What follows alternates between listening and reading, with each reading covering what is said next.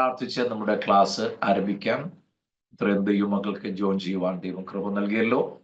തുടർന്നാം ദൈവജനത്തിന് മുമ്പാകെ ആയിരിക്കുമ്പോൾ എല്ലാ നന്മകൾ കൊണ്ടും കർത്താവ് നമ്മെ നിറയ്ക്കണം. എല്ലാവരും ചെന്ന് പ്രാർത്ഥിക്കുമ്പോൾ കർത്താവ് ദാസൻ അഭിലാഷ് ഫ്രം ബീഹാർ ദൈവദാസൻ ഇപ്പോൾ പ്രാർത്ഥിക്കും. സ്തോത്രം. ഹല്ലേലൂയ. പാസ്റ്റർ പ്രൈസ് ഇവിടെ കറണ്ട് ഇല്ല കേട്ടോ, അതുകൊണ്ടാണ് കാണാത്ത. No problem. ഹല്ലേലൂയ. സ്തോത്രം സ്തോത്രം സ്തോത്രം. ഞങ്ങളുടെ നല്ല ദൈവമേ, സ്വർഗീയ നല്ല പിതാവേ, ഈ നല്ല സമയത്തിനായി സ്തോത്രം ചെയ്ത് ദൈവത്തോട് പ്രാർത്ഥിക്കുന്നു. അങ്ങയുടെ കൃപയ്ക്കായി ഞങ്ങൾ പ്രാർത്ഥിക്കുന്നു. ഒരിക്കൽ കൂടി ഞങ്ങളെ തന്നെ താഴ്ത്തി സമർപ്പിച്ചു പ്രാർത്ഥിക്കുന്നു. പ്രത്യേകിച്ച് സൂമിലായിരിക്കുന്ന ഓരോരുത്തരെയും ദൈവത്തിന്റെ കരങ്ങളിലേക്ക് താഴ്ത്തി സമർപ്പിക്കുന്നു. കർത്താവേ, പ്രത്യേകിച്ച് അങ്ങയുടെ ദാസന് വേണ്ടി ഞങ്ങൾ പ്രാർത്ഥിക്കുന്നു. ദൈവമേ, വചനത്തിന്റെ വാതിലുകളെ രാത്രികാലം ദൈവം തുറന്നു കൊടുക്കണമെന്ന് പ്രാർത്ഥിക്കുന്നു. കഴിഞ്ഞ ദിവസങ്ങളിൽ ഞങ്ങൾ പ്രാർത്ഥിച്ച് ഞങ്ങൾ കേട്ട വചനം ദൈവമേ യഹൂദന്മാരെ പറ്റിയായിരുന്നു. കർത്താവേ, ആമേ, 4 തരത്തിലുള്ള യഹൂദന്മാരെ പറ്റി ഞങ്ങൾ കേൾക്കാൻ പരിശുദ്ധാത്മാവ് ഞങ്ങളെ സഹായിച്ചു. തുടർന്നും അതിന്റെ ബാക്കി ഭാഗങ്ങൾ കേൾക്കാനും ആമേ അത് ഞങ്ങളുടെ ഹൃദയത്തിൽ തറഞ്ഞിരിക്കാനും ആമേ അത് പ്രകാരം വചനപ്രകാരം ജീവിക്കുവാനും സ്വർഗം ഞങ്ങളെ സഹായിക്കണമെന്ന് ഞങ്ങൾ ദൈവത്തോട് പ്രാർത്ഥിക്കുന്നു. കർത്താവേ, രാത്രികാലം ദൈവത്തിന്റെ ആത്മാവ് ഞങ്ങളോട് വ്യക്തമായിട്ട് ഇടപെടണം, സംസാരിക്കണമെന്ന് സ്വർഗത്തിലെ അപ്പച്ചനോട് ഞങ്ങൾ ഇന്ന് രാത്രികാലം പ്രാർത്ഥിക്കുന്നു. അതിന് വേണ്ടുന്ന എല്ലാ വഴികളും വാതിലുകളും ദൈവം തുറക്കണം. ആമേ, സൂമ് ആമേ അതിന് തടസ്സങ്ങൾ കൂടാതെ ആമേ മുൻപോട്ട് പോകാൻ, നെറ്റ്വർക്കുകൾ തടസ്സം കൂടാതെ മുമ്പോട്ട് പോകാൻ സ്വർഗത്തിന്റെ അപ്പച്ചൻ ഞങ്ങളെ സഹായിക്കണമേ എന്ന് പ്രാർത്ഥിക്കുന്നു. ഇതുവരെയും കർത്താവിന്റെ സന്നിധിയിലാണ് പ്രാർത്ഥന സമർപ്പിച്ചു പ്രാർത്ഥിക്കുന്നു. ആമേ, വീണ്ടും ഞങ്ങൾ ദൈവത്തിന്റെ വചനം കേൾക്കാൻ ഞങ്ങളുടെ ആമേ ഹൃദയത്തെ ആമേ ചെവിയിൽ കേൾപ്പിക്കുന്നു. ആമേ, വ്യക്തമായിട്ട് ഇന്ന് രാത്രികാലം ദൈവത്തിന്റെ വചനവും ആമേ അതിന്റെ ആമേ പിന്നാമ്പുറത്തെ എല്ലാ കാര്യങ്ങളും ദൈവമേ ഞങ്ങൾക്ക് വ്യക്തമാക്കി തരണമെന്ന് ഞങ്ങൾ സ്വർഗത്തിലെ അപ്പച്ചനോട് പ്രാർത്ഥിക്കുന്നു. ഞങ്ങളുടെ ദാസനെ ശക്തീകരിക്കണം, പരിശുദ്ധാത്മാവ് നിയന്ത്രിക്കണം, സഹായിക്കണം. ഞങ്ങൾ ഓരോരുത്തരെയും ദൈവത്തിന്റെ കാര്യങ്ങളിലേക്ക് താഴ്ത്തി സമർപ്പിച്ച് പ്രാർത്ഥിക്കുന്നു. അവിടുന്ന് പ്രാർത്ഥന കേട്ട കൃപയ്ക്ക് നന്ദി. സകലതും ഞങ്ങൾക്ക് വേണ്ടി ജീവൻ വെടിഞ്ഞ യേശു ക്രിസ്തുവിന്റെ നാമത്തിൽ പ്രാർത്ഥിക്കുന്നു. കേൾക്കണമേ സ്വർഗീയ നല്ല പിതാവേ. ആമേ ആമേ. എല്ലാ പ്രിയപ്പെട്ടവർക്കും ക്രിസ്തുയേശുവിൽ വന്ദനം. ബറൂഖ് അറ്റ് ഹദോനായി എലോഹിനു മെലക് ഹഓലാം. സകല ലോകത്തിന്റെയും രാജാവും എന്റെ കർത്താവുമായ നമ്മുടെ ദൈവം വാഴ്ത്തപ്പെട്ടവൻ. ആ ധന്യവും നിസ്തുല്യമായ നാമത്തിൽ എല്ലാ പ്രിയപ്പെട്ടവർക്കും വന്ദനത്തെ അറിയിക്കുകയും ദൈവവചന പഠന ക്ലാസ്സിലേക്ക് അവരെ ഹാർദവമായി സ്വാഗതം ആശംസിക്കുകയും ചെയ്യുന്നു. എനിക്കിന്ന് വളരെ സന്തോഷം. പതിവിന് വിപരീതമായി ഇന്ന് 4 പേര് വീഡിയോ ഓൺ ചെയ്തിരിക്കുന്നു. നിങ്ങളോട് സ്പെഷ്യൽ താങ്ക്സ്. 5 പേര് ദൈവം അനുഗ്രഹിക്കട്ടെ. നിങ്ങൾക്ക് വീഡിയോ ഓൺ ചെയ്തിരിക്കാൻ ദൈവം കൃപ തന്നതിനായി ഞാൻ ദൈവത്തിന്റെ മഹത്വം കരയറ്റുന്നു. വീഡിയോ ഓൺ ചെയ്യാതിരിക്കുമ്പോൾ നമ്മളിങ്ങനെ ഈ നാട്ടിലൊക്കെ ഈ സെല്ലുണ്ടല്ലോ, കല്ലറ, അങ്ങോട്ട് നോക്കുന്ന പോലെയാണ് ഓരോ കോളവും കാണുമ്പോൾ. അതിനകത്ത് ആളുണ്ടെന്ന് വിശ്വസിച്ച് ഞാൻ പിന്നെ മുന്നോട്ട് നീങ്ങുക. സ്തോത്രം. ദൈവം അനുഗ്രഹിക്കട്ടെ. ദൈവം നിങ്ങളെല്ലാ നിലയിലും ആത്മികമായും ഭൗതികമായും നന്മകൾ കൊണ്ട് അലങ്കരിക്കട്ടെ എന്ന് ദൈവസന്നിധിയിൽ പ്രാർത്ഥിക്കുന്നു. നമ്മള് കർത്താവിന്റെ ദാസൻ പ്രിയ അഭിലേഷ് പാസ് ഓർപ്പിച്ചതുപോലെ യഹൂദന്മാരുടെ 4 കാറ്റഗറിയെ കുറിച്ച് കഴിഞ്ഞ ക്ലാസ്സിൽ ചിന്തിപ്പാൻ ദൈവം അവസരമൊരുക്കി. ദൈവം അനുഗ്രഹിക്കട്ടെ. അങ്ങനെ മറഞ്ഞിരിക്കുന്നവരൊക്കെ വെളിപ്പെട്ടു വരട്ടെ. സ്തോത്രം. അപ്പോൾ ഞാൻ അതിനു മുമ്പ് ഒരു തിരുത്തൽ നടത്തിയിട്ട് മുന്നോട്ട് നീങ്ങാം. കഴിഞ്ഞ ക്ലാസ് തീർന്ന ഉടനെ കർത്താവിന്റെ ദാസൻ ശ്യാം പാസ്റ്റർ എന്നെ വിളിച്ചു, എന്നോട് ചോദിച്ചു, പാസ്റ്ററെ, ഈ യഹൂദന്മാർ ഞാനും അന്വേഷിക്കുകയാണോ അതോ യവനന്മാർ ഞാനും അന്വേഷിക്കുകയാണോ? അപ്പൊ ഞാൻ അന്നേരമാണ് പറഞ്ഞ എന്റെ വാക്കിനെ കുറിച്ച് ഞാൻ ശ്രദ്ധിച്ചത്. ആവേശം കൊണ്ട് ഞാൻ തെറ്റിച്ചാ പറഞ്ഞത്. ശ്യാം പാസ്റ്റർ ക്ലാസ് കഴിഞ്ഞ ഉടൻ തന്നെ എന്നെ വിളിച്ചു, എന്നോട് ചോദിച്ചു, പാസ്റ്ററെ, ഞങ്ങളുടെ അറിവ് തെറ്റാണോ അതോ പാസ്റ്റർ പറയുന്നതാണോ? അപ്പൊ ഞാൻ പറഞ്ഞു, എന്റെ ഭാഗത്താണ് തെറ്റ്. നിങ്ങൾ തിരുത്തതിൽ സ്പെഷ്യൽ താങ്ക്സ്. നാളെ ആണെങ്കിലും ഇന്നാണെങ്കിലും നമ്മളാരും സർവജ്ഞാനികളൊന്നും അല്ലല്ലോ. ന്യായമായ തെറ്റ് കണ്ടാൽ നിശ്ചയമായി നിങ്ങൾക്ക് എന്നെ തിരുത്താൻ 100% സ്വാതന്ത്ര്യമുണ്ട്. അത് പറഞ്ഞാൽ പുള്ളിക്ക് എന്തോ തോന്നും, നമ്മളായിട്ട് വലിയ ആണോ? നോ നോ നോ, അങ്ങനെ ചിന്തിക്കരുത്. ഏതൊരു കാര്യവും നിങ്ങൾക്ക് തെറ്റെന്ന് കണ്ടാൽ അതങ്ങനെ അല്ലല്ലോ, ഇങ്ങനെയാണെന്ന് പറയാനുള്ള സർവ്വസ്വാതന്ത്ര്യം ഉണ്ടാകും. അപ്പൊ ഞാൻ പറഞ്ഞത് യഹൂദന്മാർ ഞാനും അന്വേഷിക്കുന്നു എന്നാണ്. അത് തെറ്റാണ്. യവനന്മാർ ഞാനും, യഹൂദന്മാർ അടയാളം ചോദിക്കുകയും യവനന്മാർ ഞാനും അന്വേഷിക്കുകയും ചെയ്യുന്നു. അതാണ് എൻ്റെ കറക്റ്റ്. പക്ഷെ ഞാൻ ക്ലാസ്സിൽ വളരെ ആ ഒഴുക്കിന് പറഞ്ഞു വന്നപ്പോൾ യഹൂദന്മാർ ഞാനും അന്വേഷിക്കുന്നു എന്നാണ് പറഞ്ഞത്. അകത്ത് കാര്യം ഉണ്ടെങ്കിലും പറഞ്ഞു വന്നപ്പോൾ നേരെ തിരിഞ്ഞുപോയി. അപ്പോൾ ഞാൻ കഴിഞ്ഞ ക്ലാസ്സിൽ ഓർക്കുന്നുണ്ട്, 4 യഹൂദന്മാരുടെ കാറ്റഗറി പറഞ്ഞു. Trans Euphrates Jews, Hebrew of Hebrews, diaspora Jews, Hellenic Jews. ഇവരുടെ 4 കൂട്ടരുടെയും പ്രത്യേകതകൾ പറഞ്ഞു വന്നപ്പോൾ ഇടയ്ക്ക് ഞാൻ പറഞ്ഞു, 3ാമത്തെ കാറ്റഗറിയെ കുറിച്ച് പറഞ്ഞു വന്നപ്പോഴാണ് ഞാൻ പറഞ്ഞത്, if you want to be rich go to Galilee and if you want to be wise go to Judea. ഇതായിരുന്നു ആ കാലത്തെ ഒരു സംസാര ശൈലി തന്നെ. 10 പുത്രൻ ഉണ്ടാക്കണമെങ്കിൽ ഗലീലയ്ക്ക് പോക്കൂ, അല്ല വല്ല വിവരവും ഉണ്ടാകണമെങ്കിൽ യഹൂദിക്ക് പോക്കൂ. അതായിരുന്നു അന്നത്തെ ആൾക്കാരുടെ സംഭാഷണം. കാരണം യഹൂദയിൽ സ്കൂളുകളും യൂണിവേഴ്സിറ്റികളും അങ്ങനെ അറിവിന്റെ ഒരു വലിയ ഏരിയ തന്നെയായിരുന്നു യഹൂദ്യ.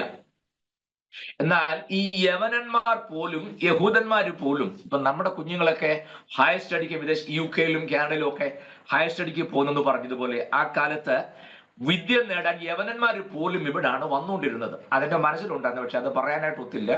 പറഞ്ഞു വന്നപ്പോൾ യവനന്മാർ, ഞാൻ ഒരു വ്യൂ നോക്കിയ ശരിയാണെങ്കിലും വാക്യപ്രകാരം ഞാൻ പറഞ്ഞ തെറ്റാണ്. യവനന്മാർ ജ്ഞാനം അന്വേഷിക്കുന്നു, യഹൂദന്മാർ അടയാളം ചോദിക്കുക. പക്ഷെ ഞാൻ പറഞ്ഞ യഹൂദന്മാർ ജ്ഞാനം തേടിപ്പോകുന്നു. അവർക്ക് എങ്ങനെ തേടിപ്പോകേണ്ട കാര്യം, ഓൾറെഡി അവിടെ ആണല്ലോ ജ്ഞാനമല്ല ഇരിക്കുന്നത്. അവർക്ക് അടയാളം മതി. അത് ഇന്നും ഇന്നലെ തുടങ്ങിയതല്ല, മനുഷ്യരുടെ ആരംഭം മുതൽ അടയാളം ചോദിക്കുന്നവരാ. അതിന്റെ ആണെന്ന് തോന്നുന്നു നമ്മുടെ ഇടയിലും പാസ്റ്റർമാരുടെ ഇടയിലും പലപ്പോഴും വല്ല അടയാളം കാണിച്ചിട്ടൊക്കെ പോകാവുള്ളൂ എന്നൊക്കെ പറയുന്ന രീതി അവിടുന്ന് വന്നതാണോ എന്ന് ഞാൻ അങ്ങ് സംശയിക്കുക. അങ്ങനൊന്നും അല്ല, ഞാൻ അങ്ങ് പറഞ്ഞു വെച്ചെന്നുള്ളതേ ഉള്ളൂ. തെറ്റിദ്ധരിക്കുകയും ചെയ്യരുത്. നിങ്ങൾ വചനത്തിൽ പരിജ്ഞാനമുള്ളവരായതുകൊണ്ടാണ് ഞാൻ ഇങ്ങനെയൊക്കെ ഇടയ്ക്കൊക്കെ പറയുന്നത്. തെറ്റിദ്ധരിക്കുകയും ചെയ്യരുത്. നമുക്കറിയാം, കായിൻ മുതൽ അടയാളം ചോദിച്ചല്ലേ.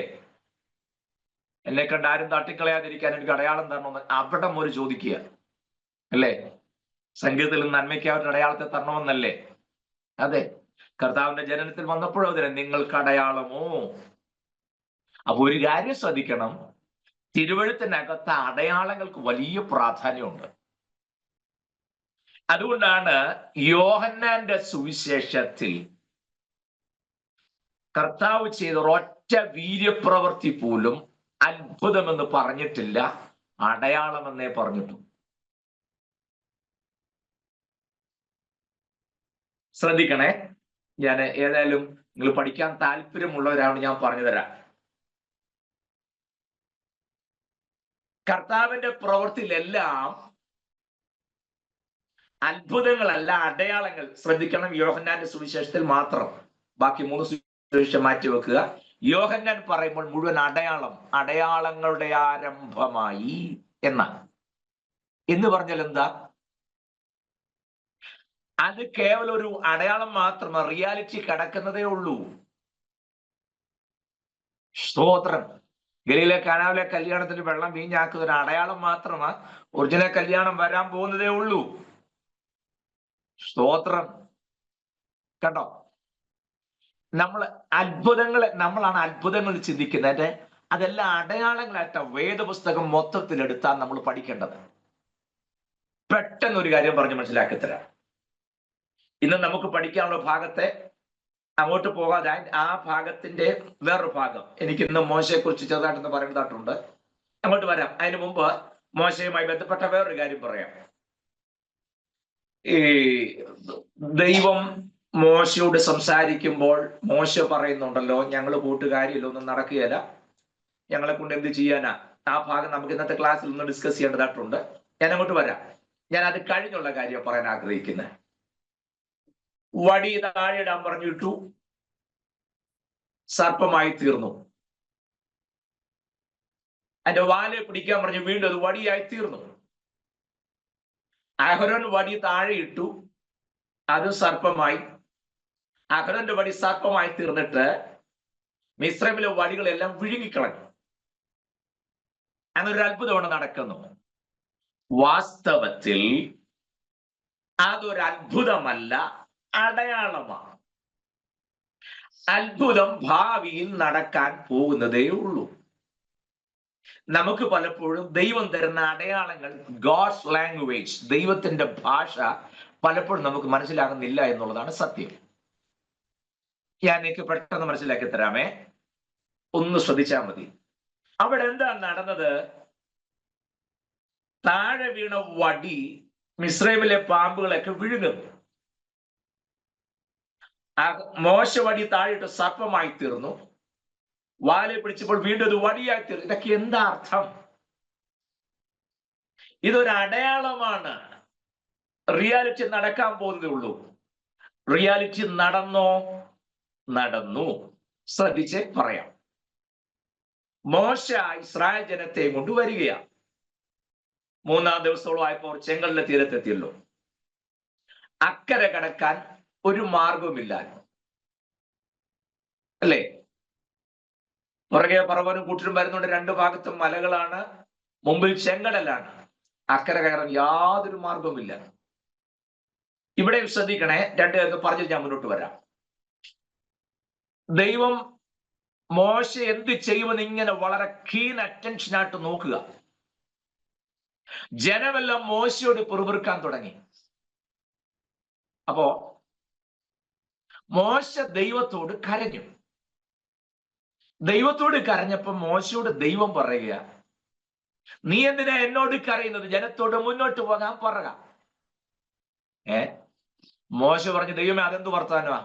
മുന്നോട്ട് പോകാൻ ഗതിയില്ലാത്തത് കൊണ്ടാണല്ലോ ഇവർ ഇത്ര ഈ പ്രശ്നം ഉണ്ടാക്കുന്നത്. എങ്ങനെ മുന്നോട്ട് പോകാനായി? അപ്പോഴും ദൈവം പറയുക, നീ ഈ ജനത്തോട് മുന്നോട്ട് പോകാൻ പറയുക. മോശ വീണ്ടും പറയുന്നു, കർത്താവേ അത് എങ്ങനെ പറ്റും? മുന്നോട്ട് പോകാൻ ഒരു വഴിയില്ലാത്തത് കൊണ്ടാണല്ലോ ജനം എന്നെ ഇങ്ങനെ വല്ലാതെ കൊല്ലാക്കൊല ചെയ്യുന്നത്. ഞാൻ എന്താണ് ചെയ്യേണ്ടത്? ദൈവം പിന്നെയും പറയുന്നു, നീ ജനത്തോട് മുന്നോട്ട് പോകാൻ പറയുക. ശ്രദ്ധിക്കണേ, ഇവിടെയാണ് ഈ ഗോഡ്സ് ലാംഗ്വേജ് എന്നുള്ള വിഷയം ഞാൻ പറഞ്ഞത്. ഈ ദൈവം പറയുന്നത് എന്താണെന്ന് മോശയ്ക്ക് പിടികിട്ടിയില്ല. നിങ്ങൾ ശ്രദ്ധിക്കണം, പ്രതിസന്ധിയുടെ നടുവിൽ ദൈവം നമ്മോട് പറയുന്നത് എന്താണെന്ന് തിരിച്ചറിയാൻ കഴിഞ്ഞാൽ നമ്മൾ രക്ഷപ്പെട്ടു.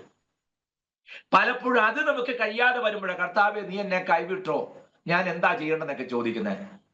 ഒരു നിർണായക ഘട്ടത്തെ തമ്പുരാൻ മൗനം പാലിക്കും നിങ്ങൾക്ക് തോന്നുന്നുണ്ടോ? നെവർ. പക്ഷെ ദൈവത്തിന്റെ ആ ഭാഷ നമുക്ക് പലപ്പോഴും തിരിച്ചറിയാൻ പറ്റുന്നില്ല. ദൈവം എന്താ പറഞ്ഞെന്നറിയാമോ? മോശയോട് പറ, ജനത്തോട് മുന്നോട്ട് പോകാൻ പറയുക. മോശ ചോദിക്കുന്ന അതെങ്ങനെ? ഏത് മുന്നോട്ട്? എങ്ങോട്ട് പോണ കാര്യം? പുറകെയാണ് ഇവന്മാര് വരുന്നു, 2 സൈഡിലും പാറക്കെട്ടും വലിയ പർവ്വതങ്ങളും, മുമ്പിൽ ചെങ്കടലും. എങ്ങനെ മുന്നോട്ട് പോകും? ഇവിടാണ് ദൈവം പറയുന്ന ഭാഷ എന്താണെന്ന് അറിയേണ്ടത്. ദൈവം പറഞ്ഞെന്തെന്നറിയാമോ? എടാ, ഞാൻ തുറന്നിട്ടിരിക്കുന്ന വഴി കണ്ടിട്ട് ഒരുത്തനും ഇറങ്ങണ്ട, മറിച്ച് ആരെങ്കിലും വിശ്വാസത്തോടെ ഇറങ്ങി വരാമെങ്കിൽ ഞാൻ അവർക്ക് വേണ്ടി വഴി തുറക്കാം. ഇതാണ് ദൈവം പറയുന്നത്. ക്ലിയർ ആകുന്നുണ്ടോ? ഞാൻ തുറന്നിട്ടിരിക്കുന്ന വഴി കണ്ടിട്ട് ആരും വരണ്ട, വിശ്വാസത്തോടെ ആരെങ്കിലും ഇറങ്ങാൻ തയ്യാറാകുകയാണെങ്കിൽ അവർക്ക് വേണ്ടി ഞാൻ വഴി തുറക്കാം. ഇതാണ് ദൈവം പറയുന്നത്. Price the Lord.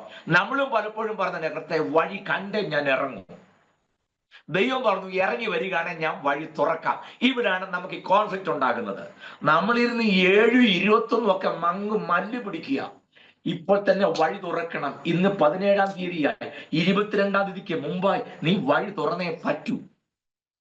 ആരോടായി ഡേറ്റും കണക്കും ഒക്കെ പറയുന്നത്? പോട്ടെ, അത് ഞാൻ പിന്നെ പറയാം. എങ്കിൽ ഞാൻ പറഞ്ഞ മനസ്സിലാകുന്നുണ്ടോ? നമ്മൾ ആ 22-ാം തീയതിക്ക് മുമ്പായിട്ട് വഴി തുറക്കം നോക്കിയിരിക്കുക. തമ്പുരാൻ നോക്കുന്ന ഇവൻ എപ്പോ ഇറങ്ങും. അവൻ ഇറങ്ങി വരികയാണെങ്കിൽ ഞാൻ വഴി തുറക്കാം. അല്ല തുറന്നിട്ടിരിക്കുക ഇങ്ങനെ ഹോൾസെയിൽ പോലെ, ആർക്ക് വെള്ളം വന്ന് കയറിക്കോ. നോനോ, അങ്ങനത്തെ വഴിയല്ല ദൈവത്തിന്റെ. ദൈവശബ്ദം കേട്ട് വിശ്വസിച്ചിറങ്ങുന്നവന് വേണ്ടി മാത്രം തുറക്കുന്നതാണ് ദൈവത്തിന്റെ വഴികൾ. മനസ്സിലാവുന്നുണ്ടോ? ഇനി ഞാൻ മുമ്പ് നമ്മുടെ ക്ലാസ്സിൽ പറഞ്ഞിട്ടുള്ളതാണെങ്കിലും കേൾക്കുന്ന നിങ്ങളെ ഒന്ന് ഉറപ്പിക്കാൻ വേണ്ടിയിട്ടാണ്. ഇത് മാത്രമേ പുള്ളി പറയാനുള്ളൂ എന്ന് ചിന്തിക്കരുതേ. ഞാൻ നിങ്ങളൊന്ന് ഉറപ്പിക്കാൻ വേണ്ടി പറയുക. ഇവര് ഇങ്ങനെ പോയപ്പോൾ ഫറവോ ഒരു കാര്യം പറഞ്ഞു. ഞാൻ ഇന്ന് പകലും ഫറവോയെ കുറിച്ച് കുറെ കേട്ടു. അപ്പൊ ഈ ഫറവോ ഒരു കാര്യം പറഞ്ഞു, ഞാൻ പിന്തുടരും, പിടിക്കും, കൊള്ള പങ്കിടും, എന്റെ ആശ അവരാൽ പൂർത്തിയാകും. അതെന്ത് ഈ ഫറവോ ഇത്ര ഉറപ്പായിട്ടും പറയാൻ കാര്യം? ഈ ക്ലാസ് ഇരിക്കുന്ന പകുതിക്കുള്ള ആളുകൾ ഇത് പല പ്രാവശ്യം കേട്ടിട്ടുണ്ടെന്ന് എന്റെ വിശ്വാസം. ഉണ്ടെങ്കിൽ ഇല്ലെങ്കിൽ ഞാൻ ആരോടൊക്കെ ഒരുപക്ഷെ ദൈവാത്മ ഇടപെടുന്നതായിരിക്കാം. ഞാൻ എന്റെ പ്രേരണ വന്നുകൊണ്ട് ഞാൻ നിങ്ങൾക്ക് പറയാം. ക്ലാസ് എടുക്കാനുള്ളത് എല്ലാവരുടെയും കൃത്യമായിട്ട് എന്റെ മുമ്പിലുണ്ട്. നിങ്ങൾ അതിനെ കുറിച്ച് വറിയിടാകണ്ട. ഞാൻ ഇതൊന്ന് പറഞ്ഞോട്ടെ. ഒരു പക്ഷേ ആർക്കെങ്കിലും ഒരു ദൈവശബ്ദമായിട്ട് അത് മാറുന്നെങ്കിലാകട്ടെ. ഇതെന്താ ഇവരിങ്ങനെ പറയാൻ കാരണം? ഞാൻ പിന്തുടരും, പിടിക്കും, കൊള്ള പങ്കിടും, എന്റെ ആശ അവരാൽ പൂർത്തിയാകും എന്ന് ഇവനെ ഉറപ്പിച്ച് പറയാൻ കാര്യം എന്താ? ചിന്തിച്ചിട്ടുണ്ടോ? ഞാനൊരു കാര്യം പറയാം. ഞാൻ സാധാരണ ക്ലാസ് എടുക്കുമ്പോഴും പ്രസംഗിക്കുമ്പോഴൊക്കെ ഞാൻ അതിനൊരു ഉദാഹരണം പറയാറുണ്ട്. വിദേശത്തുള്ളവർക്ക് ഒരു പെട്ടെന്ന് ക്ലിയർ ആയില്ലെങ്കിൽ നാടിനെ കുറിച്ച് അറിയാവുന്നവരാണല്ലോ. ഞാൻ സാധാരണ പറയും, നമ്മള് കേരളത്തിന്റെ ബോർഡർ വിട്ട് തമിഴ്നാട്ടിലേക്ക് കയറുമ്പോൾ, പാലക്കാട് നിന്നാണെങ്കിൽ നേരെ കോയമ്പത്തൂർ വഴി തമിഴ്നാട്ടിൽ കയറുന്നു. ഇനി അതല്ല മറ്റേതെങ്കിലും ഭാഗത്തുനിന്ന് പുനലൂർ ഭാഗത്തുനിന്ന് തമിഴ്നാട്ടിൽ കയറുന്നവർ അങ്ങനെ, ഇനി അതല്ല കുമളിൽ നിന്ന് താഴോട്ട് ഇറങ്ങി തമിഴ്നാട്ടിൽ ഇറങ്ങുകയാണെങ്കിൽ അങ്ങനെ. ഏതായാലും കൊള്ളാം, തമിഴ്നാട്ടിൽ കയറി ആ നല്ല റോഡിലോട്ട് കയറുമ്പോഴേ നമ്മൾ അമ്മയെ ഓർക്കും. ഏതമ്മ? തമിഴ്നാട്ടിലെ അമ്മ ആരായിരുന്നു? ജയലളിത അല്ലേ? കാരണം ആള് മരിച്ചു പോയെങ്കിലും പോകുന്നതിന് മുമ്പ് തമിഴ്നാട് മുഴുവൻ നല്ല 1ാം ക്ലാസ് റോഡ് പണിതിട്ടു. ഇപ്പൊ ഒന്നുള്ള റോഡ് മെച്ചമാകുന്നില്ല, ചില ഭാഗത്തൊക്കെ ഡാമേജ് കാണാം, ഇല്ലൊന്നും ഞാൻ പറയുന്നില്ല. എങ്കിലും പൊതുവെ ആ സ്റ്റേറ്റിലോട്ട് കയറുമ്പോൾ നമ്മുടെ മനസ്സിൽ ഓർമ്മ വരും, ഈ വഴിയെല്ലാം ഉണ്ടാക്കിയത് ആരാണ്? ജയലളിതയാ എന്ന് പറഞ്ഞതുപോലെ ഇവനിങ്ങനെ പറയാൻ ഒരു കാരണമുണ്ട്. ഞാൻ പിന്തുടരും, പിടിക്കും, കൊള്ള പങ്കിടും, എന്റെ ആശ അവരാൽ പൂർത്തിയാകും എന്ന് ഫറവോ പറയാൻ ഒരു കാര്യമുണ്ട്. എന്താണെന്നറിയാമോ? മിസ്രൈമിലെ മുഴുവൻ വഴികളും ആരുണ്ടാക്കിയതാണ്? ഫറവോ ഉണ്ടാക്കിയതാ. ക്ലിയർ ആകുന്നുണ്ടോ? ഫറവോ ഉണ്ടാക്കിയ വഴി മാത്രമേ മിസ്രൈമിൽ ഉള്ളൂ. അപ്പൊ ഏത് വഴി എങ്ങോട്ട് പോയാൽ എവിടെ ചെന്ന് ചേരുന്ന ആർക്കറിയാം? ഫറവോയ്ക്ക് നന്നായിട്ട് അറിയാം. അതുകൊണ്ട് ഇവർ എതിലേ പോയാൽ എവിടെ ഇട്ട് പൂട്ടാം എന്നുള്ളത് ആർക്കറിയാം?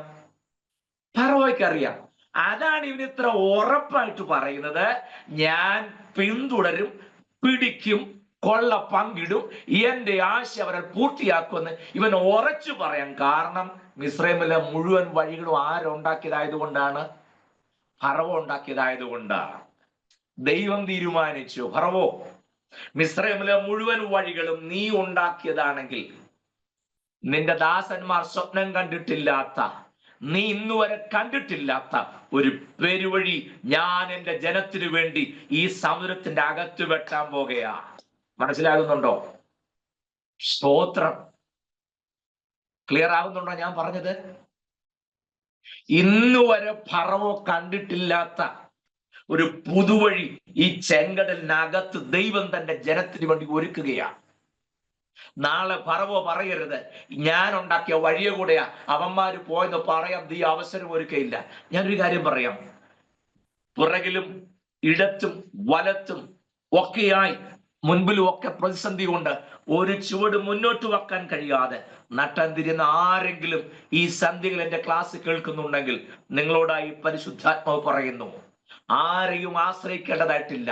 ലോകത്തിൽ ആരും വെട്ടാത്തതും ഇന്നുവരെ ആരും കണ്ടിട്ടില്ലാത്തതുമായ ഒരു പുതുവഴി ദൈവം നിനക്ക് വേണ്ടി തുറക്കുവാൻ സ്വർഗത്തിലെ ദൈവം വിശ്വസ്തൻ. Praise the lord. ദൈവത്തിന്റെ ഭാഷ മനസ്സിലാക്കാൻ മതി. എന്താണ് ചെയ്യേണ്ടത്? ആരെയും നോക്കണ്ട, പുറകോട്ട് നോക്കണ്ട, മുമ്പോട്ട് നോക്കണ്ട, ഇടവും വലവും നോക്കണ്ട. വിശ്വാസത്തോടെ ഇറങ്ങിക്കോ, വിശ്വാസത്തോടെ ചുവട് വെച്ചോ. വഴി തുറപ്പാൻ ദൈവം വിശ്വസ്തൻ. വഴി തുറപ്പാൻ ദൈവം വിശ്വസ്തെന്ന് മാത്രമല്ല, തുറക്കുന്ന വഴി ഇന്നുവരെ ആരും പോയിട്ടില്ലാത്ത, ഒരു മനുഷ്യന് സഞ്ചരിച്ചില്ലാത്ത വഴി. നിങ്ങളും നോക്കണേ, ഇസ്രായേൽ മക്കൾ ഉണങ്ങിയ നിലത്തൂടെ അക്കരെ കയറി. അതേ വഴിയെ ഫറവോനും കൂട്ടരും വന്നു. ഏതാണ്ട് മധ്യഭാഗത്തായപ്പോൾ ഫറവോന്റെ കൂടെ വന്ന ആളുകളും ഫറവോന്റെ രഥചക്രങ്ങൾ ചളിയിൽ പൂണ്ടുപോയി. ശ്രദ്ധിക്കണം. ഇസ്രായേൽ മക്കൾ ഉണങ്ങിയ നിലത്തൂടാ പോയെ ആണല്ലോ. പക്ഷെ ഫറവോന്റെ രഥചക്രം ചളിയിൽ പൂണ്ടുപോയല്ലോ. നിനക്ക് എന്തോ പിടികിട്ടി? ഇതാണ് ദൈവം തുറക്കുന്ന വഴി. സ്തോത്രം. ക്ലിയർ ആകുന്നുണ്ടോ ഞാൻ പറഞ്ഞത്?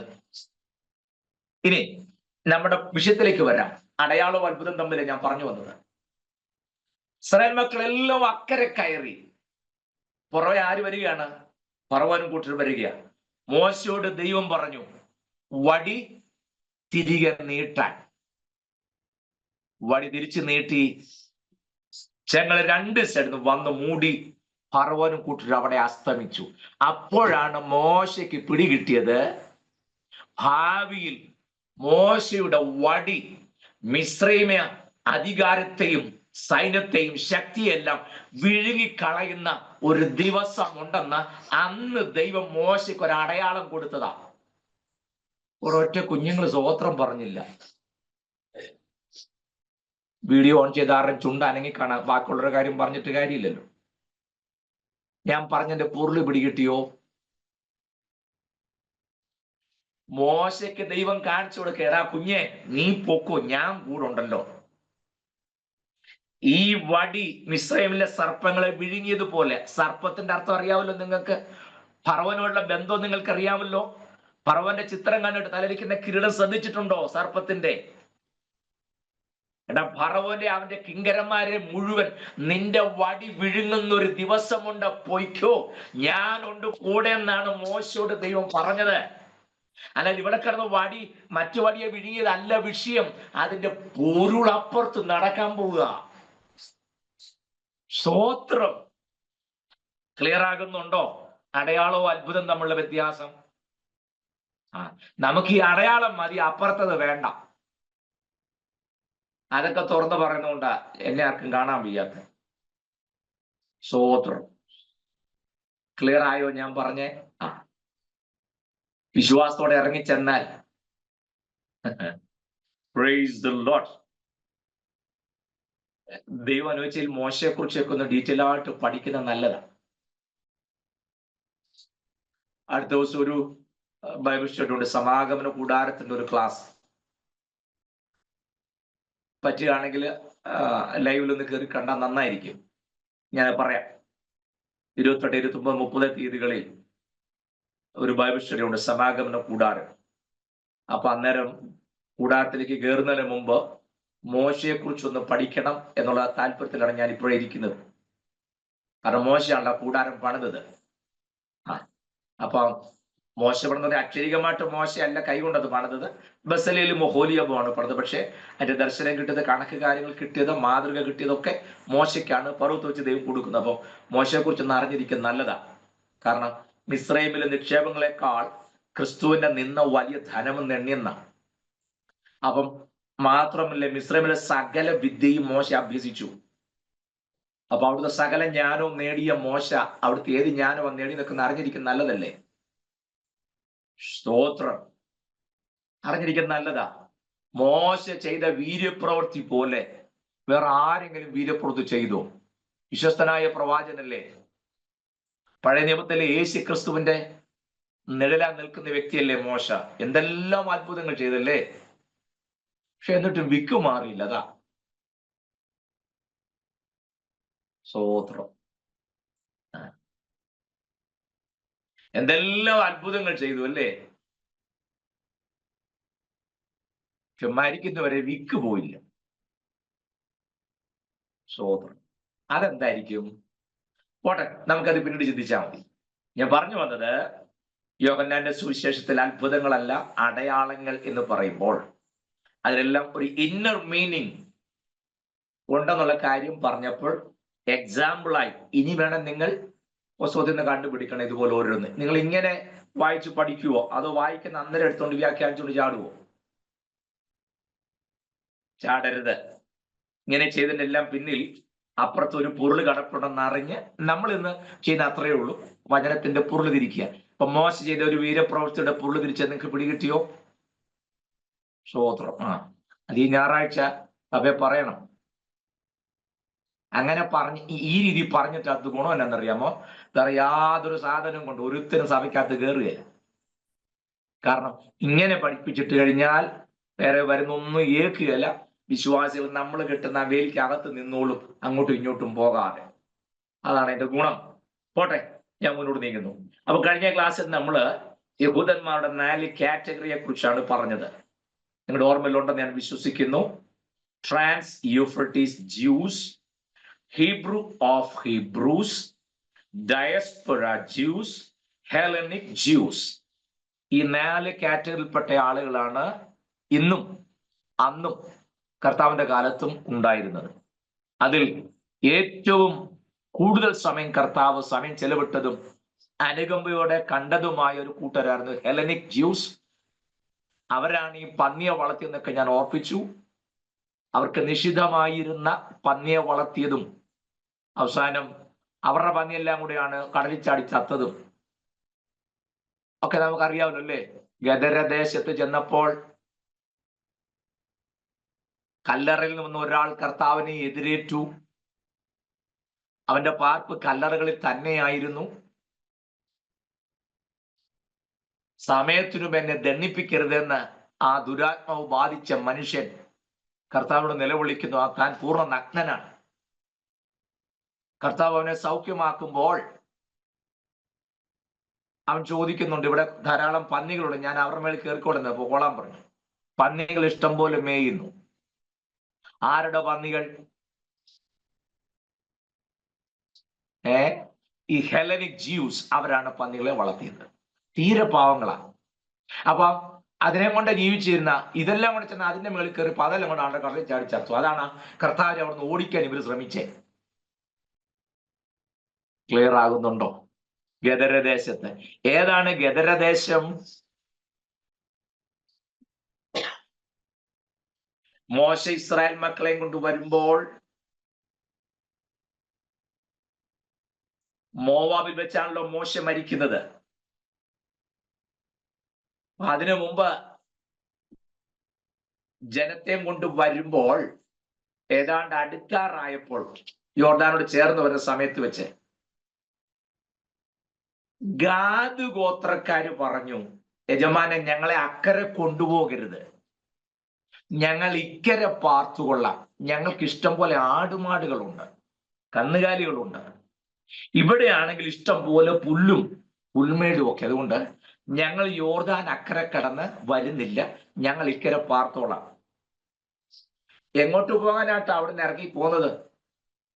വാഗ്ദത്ത കനാൻ ദേശം, പാലും തേനും ഒഴുകുന്ന ദേശത്തേക്ക് കൊണ്ടുപോകാൻ ദൈവം വിളിച്ചോണ്ട് വരിക. പാലും തേനും ഒരു ദേശത്തേക്ക് പോകാൻ ഇറങ്ങിയവർക്ക് പുല്ല് കണ്ടു കഴിഞ്ഞപ്പോ ഇപ്പൊ അക്കരെ പോകണമെന്നില്ല. സ്തോത്രം. നമ്മുടെ ഇടയിലെ കാര്യം ഈ പറയുന്നത്. ലോകം വേണ്ട, എനിക്കൊന്നും വേണ്ട, നാഥന്റെ സന്നിധി ചേർന്നാ മതി എന്നൊക്കെ പറഞ്ഞാണ് ഇറങ്ങിയത്. ലോകമേത് യോഗ്യം ഇല്ലെനിക്കതാൽ, ശോകമില്ല ഭാഗ്യം ഉണ്ട് ക്രിസ്തുവിൽ എന്നൊക്കെ പറഞ്ഞ ഇറങ്ങിയത്. പക്ഷെ പലയിടത്തെയും പുല്ലിന്റെ വളർച്ച കണ്ടപ്പം ഉള്ള ആടിനെ കൊണ്ട് ഇവിടെ നിന്നാ മതി, അക്കരെ പോകണമെന്ന് ഇപ്പൊ പലർക്കും താല്പര്യം ഇല്ലാത്തൊരു സ്ഥിതിയിലേക്ക് വന്നു. ഞാനത് പിന്നെ പറയാവേ, സന്ദർഭം പറഞ്ഞു പോകാൻ. ഈ ഗാദ് ഗോത്രക്കാർ പാർത്ത സ്ഥലമാണ് പിന്നീട് ഗദരദേശം എന്നറിയപ്പെട്ടത്. ഗാദ് ഗോത്രക്കാർ പാർത്ത സ്ഥലമായതുകൊണ്ട് അന്ന് അവർക്ക് ഇഷ്ടം പോലെ ആടുമാടുണ്ടായിരുന്നു. കർത്താവിന്റെ കാലം വന്നപ്പോ ആട് മേഞ്ഞോടത്തെല്ലാം പന്നി മേയുക. സ്തോത്രം. ഇത് ഉപവാസ പ്രാർത്ഥന അല്ലാത്തത് കൊണ്ട് അത്രയും പറഞ്ഞ് ഞാൻ മുതുക്കുന്നു. അങ്ങനെയാണല്ലോ പലയിടത്തും പന്നിയെല്ലാം കൂടെ കയറി കിടന്ന് മേയല്ലേ, കുത്തി മറിഞ്ഞ്. കമ്മിറ്റിക്കകത്തും സഭയ്ക്കകത്തും എല്ലാം ഈ പന്നിയെല്ലാം കൂടെ കയറി മറിയ.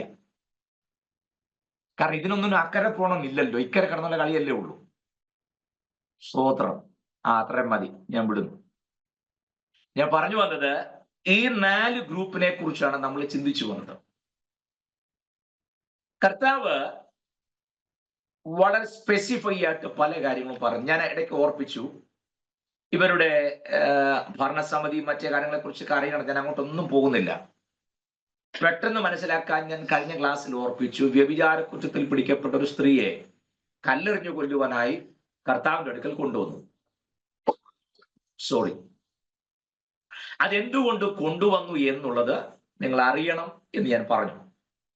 അതറിഞ്ഞെങ്കിലേ മുന്നോട്ടുള്ള നമ്മുടെ പോക്കിന് അത് സഹായമായി തീരും എന്നുള്ളത് കൊണ്ടല്ലാതെ വേറെ ഉദ്ദേശത്തിലല്ല. അതുകൊണ്ടാണ് ഞാൻ ഇടയ്ക്കിടയ്ക്ക് ഇതൊക്കെ പറയാൻ കാരണം. ഞാൻ ഓർപ്പിച്ചു, യഹൂദന്റെ ന്യായപ്രമാണ പഠനം സംബന്ധിച്ചൊരു ഗ്രാഹ്യം നമുക്ക് വേണം. ഒരു കുഞ്ഞ് ജനിച്ച് 6 വയസ്സാകുമ്പോഴേക്കും ലേവ്യ പുസ്തകം മുഴുവൻ ആ കുഞ്ഞ് കാണാതെ പഠിക്കുന്നു. എത്രാമത്തെ വയസ്സിൽ? 6-ാമത്തെ വയസ്സിൽ. കഴിഞ്ഞ ക്ലാസ് ഞാൻ പറഞ്ഞതാ. അപ്പൻ ആദ്യത്തെ 5 പുസ്തകം മുഴുവൻ കാണാൻ പഠിച്ചിരിക്കണം. ഉൽപ്പത്തി, പുറപ്പാട്, ലേവ്യ, സംഖ്യ, ആവർത്തനം. അത് മുഴുവൻ കാണാൻ പഠിച്ചിരിക്കണം. അപ്പൻ 5 പുസ്തകം കാണാൻ പഠിച്ചത് കൊണ്ടാണ് കൊച്ചിന് 6 വയസ്സായപ്പോഴത്തേക്കും ലേവ്യ പുസ്തകം കാണാൻ പഠിപ്പിക്കാൻ ഒത്തത്. നമ്മൾ ആദ്യം പഠിച്ചിട്ട് വേണം പിള്ളേരെ പഠിപ്പിക്കാൻ. മനസ്സിലാവുന്നുണ്ടോ? നമ്മൾ ചെയ്യാത്ത കാര്യം കുഞ്ഞോട് ചെയ്യാൻ പറയാൻ ഒരിക്കലും നമുക്ക് റൈറ്റ് ഇല്ല. പ്രാർത്ഥിക്കാത്ത ഞാൻ എൻ്റെ കുഞ്ഞിനോട് പ്രാർത്ഥിക്കാൻ പറഞ്ഞിട്ട് വല്ല കാര്യമുണ്ടോ? വേദപുസ്തകം വായിക്കാത്ത ഞാൻ കൊച്ചിനോട് പുസ്തകം വായിക്കരുതെന്ന് പറഞ്ഞ് ബഹളം വെച്ചാൽ അത് മൈൻഡ് ചെയ്യുമോ? ഉപവസിക്കാത്ത ഞാൻ കൊച്ചിനോട് ഉപവസിക്കാൻ പറഞ്ഞാൽ നടക്കുമോ? സഭായം മുടക്കുന്ന ഞാൻ നീ യോഗത്തിന് പോകണം ഇവിടെ ഇരിക്കുമെന്ന് പറയാൻ എനിക്കെന്താ റൈറ്റ്? അവരുടെ ജീവിതത്തിൽ കൽപ്പന കൊടുക്കുന്നതിനേക്കാൾ ജീവിതം കൊണ്ട് കാണിച്ചു കൊടുക്കുന്ന രീതിയാണ് കൂടുതലും. സ്തോത്രം. ക്ലിയർ ആണ്, വിശ്വസിക്കുന്നു.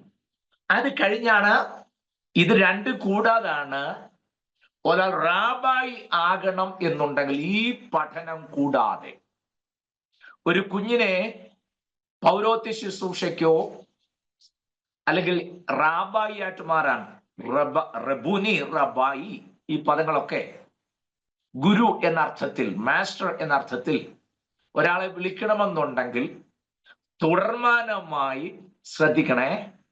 കണ്ടിന്യൂസ് ആയി 6-ാമത്തെ വയസ്സിൽ തിരിച്ചറിവായ സമയം മുതൽ ലേവ്യ പുസ്തകം മുതൽ ന്യായപ്രമാണം പഠിച്ചു തുടങ്ങുകയാണ്.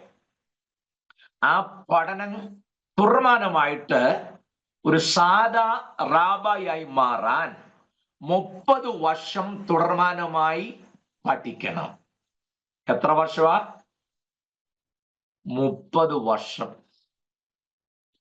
ഞാൻ ഇന്നാൾ ഓർപ്പിച്ചു, നമുക്ക് പാസ്സാകാൻ അതിന്റെ ദശാംശം മതി. 3 വർഷത്തെ BTH ഉണ്ടെങ്കിൽ നമ്മൾ പിന്നെ എല്ലാം തികഞ്ഞു. ഈ BTH MD ഒക്കെ പാസ്സായ കക്ഷികൾ അവരെ വേണം കല്യാണത്തിന് ഈ ഉടമ്പടിയെല്ലാം ചൊല്ലിക്കൊടുത്തതിന് ശേഷം ഭാര്യാഭർത്താക്കന്മാരുടെ കടപ്പാടുകൾ ഉൾക്കൊള്ളുന്ന ഭാഗം വായിക്കാൻ ഇവരെ കൊടുക്കണം.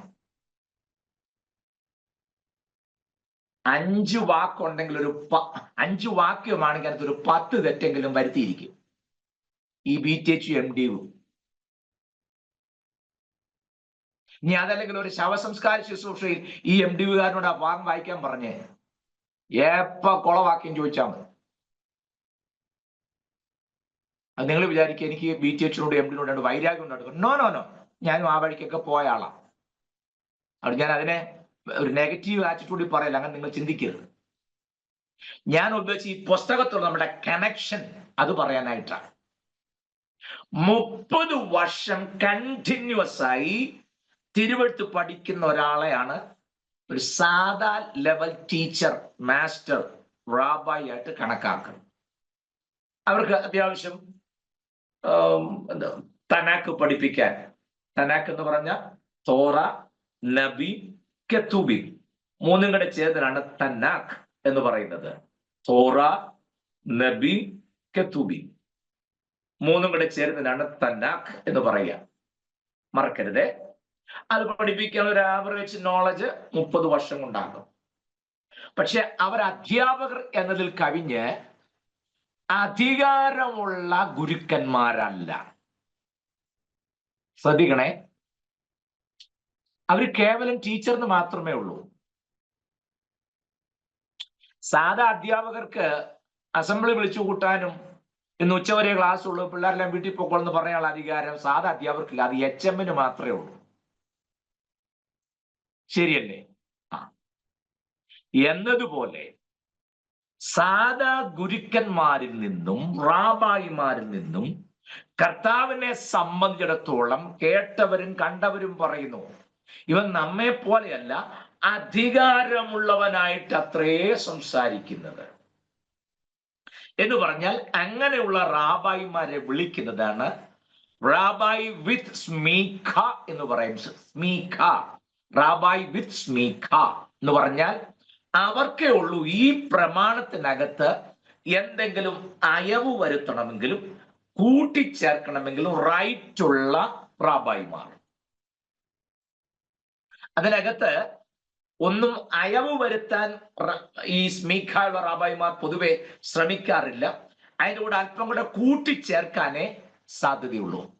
കർത്താവിന്റെ അധികാരം ഞാൻ ഒന്ന് ചൂണ്ടിക്കാണിക്കാം. ഇവിടുത്തെ മത്തായിയുടെ സുവിശേഷം 5-ാം അധ്യായം 21-ഉം 22-ഉം വാക്യം വായിച്ചേ. മത്തായിയുടെ സുവിശേഷം 5-ാം അധ്യായം 21, 22 വാക്യങ്ങൾ. Matthew chapter 5 verse 21 and 22. കൊല ചെയ്യരുത് എന്നും ആരെങ്കിലും കൊല ചെയ്താൽ ന്യായവിധിക്ക് യോഗ്യനാകും എന്ന് പൂർവന്മാരോട് അരുളിച്ചെയ്ത് നിങ്ങൾ കേട്ടിട്ടുണ്ടല്ലോ. ഞാനോ നിങ്ങളോട് പറയുന്നത്, സഹോദരനോട് കോപിക്കുന്നവനെല്ലാം ന്യായവിധിക്ക് യോഗ്യനാകും. സഹോദരനോട് നിസ്സാര എന്ന് പറഞ്ഞാലോ ന്യായാധിപ സഭയുടെ മുമ്പിൽ നിൽക്കേണ്ടി വരും. മൂഢന എന്ന് പറഞ്ഞാലോ അഗ്നി നരകത്തിന് യോഗ്യനാകും. 21-22 വായിച്ചോ? യെസ്. കൊല ചെയ്യരുതെന്ന് നിങ്ങൾക്കറിയാം, അത് ന്യായവിധി ഉണ്ടാകും. ഞാനോ നിങ്ങളോട് പറയുന്നു, അതിനേക്കാൾ വലിയ അപകടം എന്താ? നിസ്സാര എന്തോ വായിച്ചേ? സഹോദരനോട് കോപിക്കുന്നവനെല്ലാം. സഹോദരനോട് കൊല ചെയ്യണ്ട, കോപിച്ചാ നീ കുടുങ്ങി. നിസ്സാരനെ വിളിച്ചാ നീ അഗ്നി നരകത്തിന് യോഗ്യനാകും. സഹോദരനോട് കോപിച്ചാൽ എന്താ ഈ കോപം ഉണ്ടാക്കുന്നത്? ഞാൻ ഉദാഹരണം പറയാൻ പെട്ടെന്ന് നിങ്ങൾക്ക് മനസ്സിലാകും. ഈ നമ്മുടെ ഈ ക്ലാസ്സിൽ വീഡിയോ ഓൺ ചെയ്തിരിക്കുന്ന കർത്താവദാസൻ ജിജു തങ്കച്ച് എന്ന പേരോടെ കണ്ടോ? ഞങ്ങൾ രണ്ടുപേരും ഒരുമിച്ചാണ് ഡൽഹിയിൽ ബൈബിൾ കോളേജ് പഠിച്ചത്. ഒരുമിച്ചാന്ന് പറഞ്ഞാൽ പോരാ, ഞങ്ങൾ രണ്ടുപേരും ഒരു കാട്ടിലായിരുന്നു. ഇദ്ദേഹം പാന്റും ഷർട്ടും ഒക്കെ തേച്ച് ഹാങ്ങറെ തൂക്കി കുളിക്കാണ്ട് കയറി വരുമ്പോഴത്തേക്കിന്റെ പാന്റും ഷർട്ടും കാണുകയില്ല. പാന്റ് ഷർട്ട് ഞാനായിരിക്കും ഇട്ടിരിക്കുന്നത്, തേച്ച സാധനം കാണത്തില്ല. ഞങ്ങൾ അങ്ങനെയാണ് ജീവിച്ചത്. ഞാൻ പറഞ്ഞത് ഒരു നിസ്സാരക്കാർ, ഞങ്ങൾ അത്ര, ഇപ്പോഴത്തെ പിള്ളേരെ എനിക്ക് ഒരു ടെർമിനോളജി പറയാൻ എനിക്കറിയത്തില്ല, അത്ര ഇന്റിമസിയാണ് ഞാനും കർത്താവദാസൻ പാസ്റ്റർ ജിജു അവർ. അദ്ദേഹം ഇപ്പൊ കുന്തംകുളത്ത് AG ചർച്ചിന്റെ പാസ്റ്ററാണ്. ഒരു കാര്യം പറയാനായിട്ടാണ്, ഞങ്ങളുടെ ഇന്റിമസി പറയാനല്ല, അതിനകത്തൊരു കാര്യം പറയാനായിട്ടാണ്. എന്നാൽ ഞങ്ങൾ ഒരു വഴക്കുണ്ടായാൽ ഞാൻ പിന്നെ അദ്ദേഹത്തോട് സംസാരിക്കുന്ന ശബ്ദം ഉണ്ടല്ലോ, അടുത്ത ജില്ലയെ കേൾക്കാം. അങ്ങനെ ആയിരിക്കും സംസാരിക്കുന്നത്. നീ ആരുടെ എന്നോട് ചോദിക്ക? എന്താ ഈ കോപം വരുമ്പോൾ ശബ്ദം കൂടാൻ കാരണം? നിങ്ങൾ ചിന്തിച്ചിട്ടുണ്ടോ? ഞാനിപ്പോ പറഞ്ഞു, ഒന്ന് ശ്രദ്ധിച്ച് കേൾക്കണേ. കോപം വരുമ്പോൾ ശബ്ദം കൂടാൻ കാര്യം എന്താ? ഓക്കെ, ഞാനിപ്പം എന്താ പറയാ, എന്റെ വൈഫ് തൊട്ടടുത്തിരിപ്പുണ്ട്, ഞങ്ങൾക്ക് ഭയങ്കര സ്നേഹമാണ്. പക്ഷെ വഴക്ക് എന്തെങ്കിലും ഉണ്ടായിരുന്നിരിക്കട്ടെ, അത് അങ്ങനെ ഉണ്ടായിട്ടില്ല. ഉണ്ടാകുമ്പോൾ ശബ്ദം കൂടുക. ഒറ്റ വീട്ടിൽ ഒരു മുറിയില്ല, ശബ്ദം കൂടുന്നതിന്റെ കാര്യം എന്നറിയാമോ? പറയാം. അടുത്ത് നിൽക്കുന്ന ആളിനോട് നമ്മൾ പതുക്കെ പറഞ്ഞാൽ മതി, പോരെ? മതി. എന്നാൽ അകലെ നിൽക്കുന്ന ആള് കേൾക്കണമെങ്കിൽ നമ്മൾ ഉറക്കെ പറയണം. ശരിയാണോ? Am I right? Yes. മിനിയാന്റെ തലയാട്ടുന്നത് പോലും ഇല്ല. ഓക്കെ, രണ്ട് മിനിയും തലയാട്ടി. Very good. ഇതാണ് ഒറ്റ വടിക്ക് രണ്ട് പക്ഷി എന്ന് പറയുന്നത്. അപ്പൊ ശ്രദ്ധിച്ചേ, അടുത്ത് നിൽക്കുന്ന ആളിനോട് പതുക്കെ പറഞ്ഞാൽ മതി. ദൂരെ നിൽക്കുന്ന ആളിന് കേൾക്കണമെങ്കിൽ ഉറക്കെ പറയണം. ശരിയല്ലേ? കോപം വരുമ്പോൾ ഉറക്കെ സംസാരിക്കുന്നതിന്റെ കാരണം, കേൾക്കുന്ന വ്യക്തി ഫിസിക്കലായി തൊട്ടടുത്തുണ്ടെങ്കിലും മാനസികമായി സെക്കൻഡ് കൊണ്ട് ഒരുപാട് അകന്നു. ക്ലിയർ ആകുന്നുണ്ടോ ഞാൻ പറഞ്ഞത്? ഒരുപക്ഷെ തോളെ പിടിച്ചോണ്ടായിരിക്കും ഭർത്താവ്.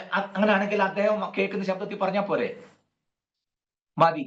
ഉറക്കെ പറയുന്നതിന്റെ കാര്യം, ഫിസിക്കലി നമ്മുടെ തൊട്ടടുത്താണെങ്കിലും നമ്മുടെ ഉള്ളിൽ വന്ന കോപം കൊണ്ട് നാം ഒരുപാട് അങ്ങ് അകന്നു. അതാണ് നമ്മൾ പിന്നെ ഉറക്കെ സംസാരിക്കേണ്ടതായിട്ട് വരുന്നത്. കർത്താവിടെ പറയുക, കുല ചെയ്യരുതെന്ന് നിങ്ങൾക്കറിയാം, ന്യായവിധിക്ക് ഹേതുവാകുമല്ലോ.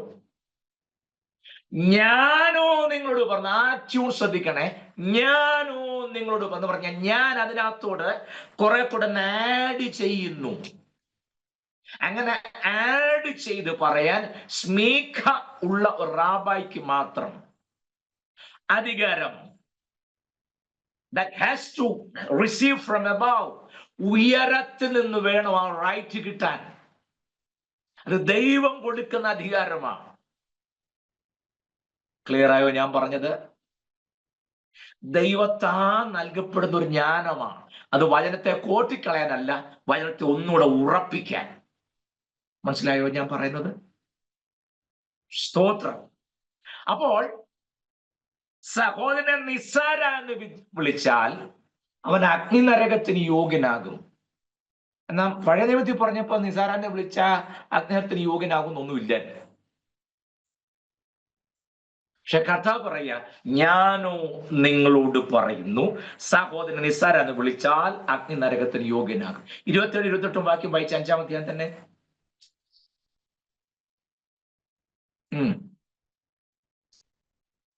27-28 വായിച്ചോളൂ. വ്യഭിചാരം ചെയ്യരുത് എന്ന് അരുളി ചെയ്തത് നിങ്ങൾ കേട്ടിട്ടുണ്ടല്ലോ. ഞാനോ നിങ്ങളോട് പറയുന്നത്, സ്ത്രീയെ മോഹിക്കേണ്ടതിന് അവളെ നോക്കുന്നവനെല്ലാം ഹൃദയം കൊണ്ട് അവളോട് വ്യഭിചാരം ചെയ്തു പോയി. മതി. വ്യഭിചാരം ചെയ്യരുത് ഞാൻ കൽപ്പിച്ചിട്ടുണ്ടല്ലോ. ഞാനോ നിങ്ങളോട് പറയുന്നു. ആഡ് ചെയ്യുന്ന കണ്ടോ? ആ നിയമത്തോട് കൂടെ കർത്താവ് ആഡ് ചെയ്യുക. എന്ത്? ഞാനോ നിങ്ങളോട് പറഞ്ഞു. വേറൊരുത്തിനും ഇത് പറഞ്ഞില്ലല്ലോ. ഞാനോ നിങ്ങളോട് പറയുന്നു. ഒരു സ്ത്രീയെ കണ്ട് മോഹിക്കാൻ അവളെ നോക്കുന്നവരെല്ലാം ഹൃദയം കൊണ്ട് അവളോട് വ്യഭിചാരം ചെയ്തു. കുഴഞ്ഞോ ഇല്ലയോ? മുൻപുണ്ടായിരുന്നതിനേക്കാൾ അപകടമാണ് പുതിയ നിയമത്തിലേക്ക് വന്നപ്പോ. എല്ലാരും പറഞ്ഞു പഴയ നിയമത്തിൽ ഇതാണ് ഭയങ്കര കഠിനം, പുതിയ നിയമത്തിൽ വരുമ്പോ എല്ലാം കൃപേല. കൃപേലാണെന്നുള്ളതിന്റെ ഈ പറഞ്ഞു വരുന്ന കണ്ടോ? പഴയ നിയമത്തിലാണെങ്കിൽ വ്യഭിചാരം ചെയ്താലോ കുഴപ്പമില്ല, ഇപ്പൊ ആണ്ടാ നോക്കിയാ കുറ്റം. മുമ്പ് നമ്മുടെ DGP ആരാണ്ട് ഒരാള് ഒരു ഓർഡർ ഇറക്കിയായിരുന്നല്ലോ, 6 സെക്കൻഡോ 8 സെക്കൻഡേക്കുള്ളിൽ എങ്ങാനും സൂക്ഷിച്ച് നോക്കിയാൽ കുഴപ്പമാവുന്നു ഇല്ലേ? യോഗ്യമല്ലാത്ത രീതിയിൽ നോക്കിയാൽ കുഴപ്പമാവുന്ന. സ്തോത്രം. ഞാൻ എന്താ പറഞ്ഞത് കണ്ടോ? അധികാരമുള്ള ഇത് നിങ്ങളുടെ മനസ്സിൽ ഇരിക്കണേ. 4 കാറ്റഗറിയെ കുറിച്ച് ഞാൻ പറഞ്ഞു.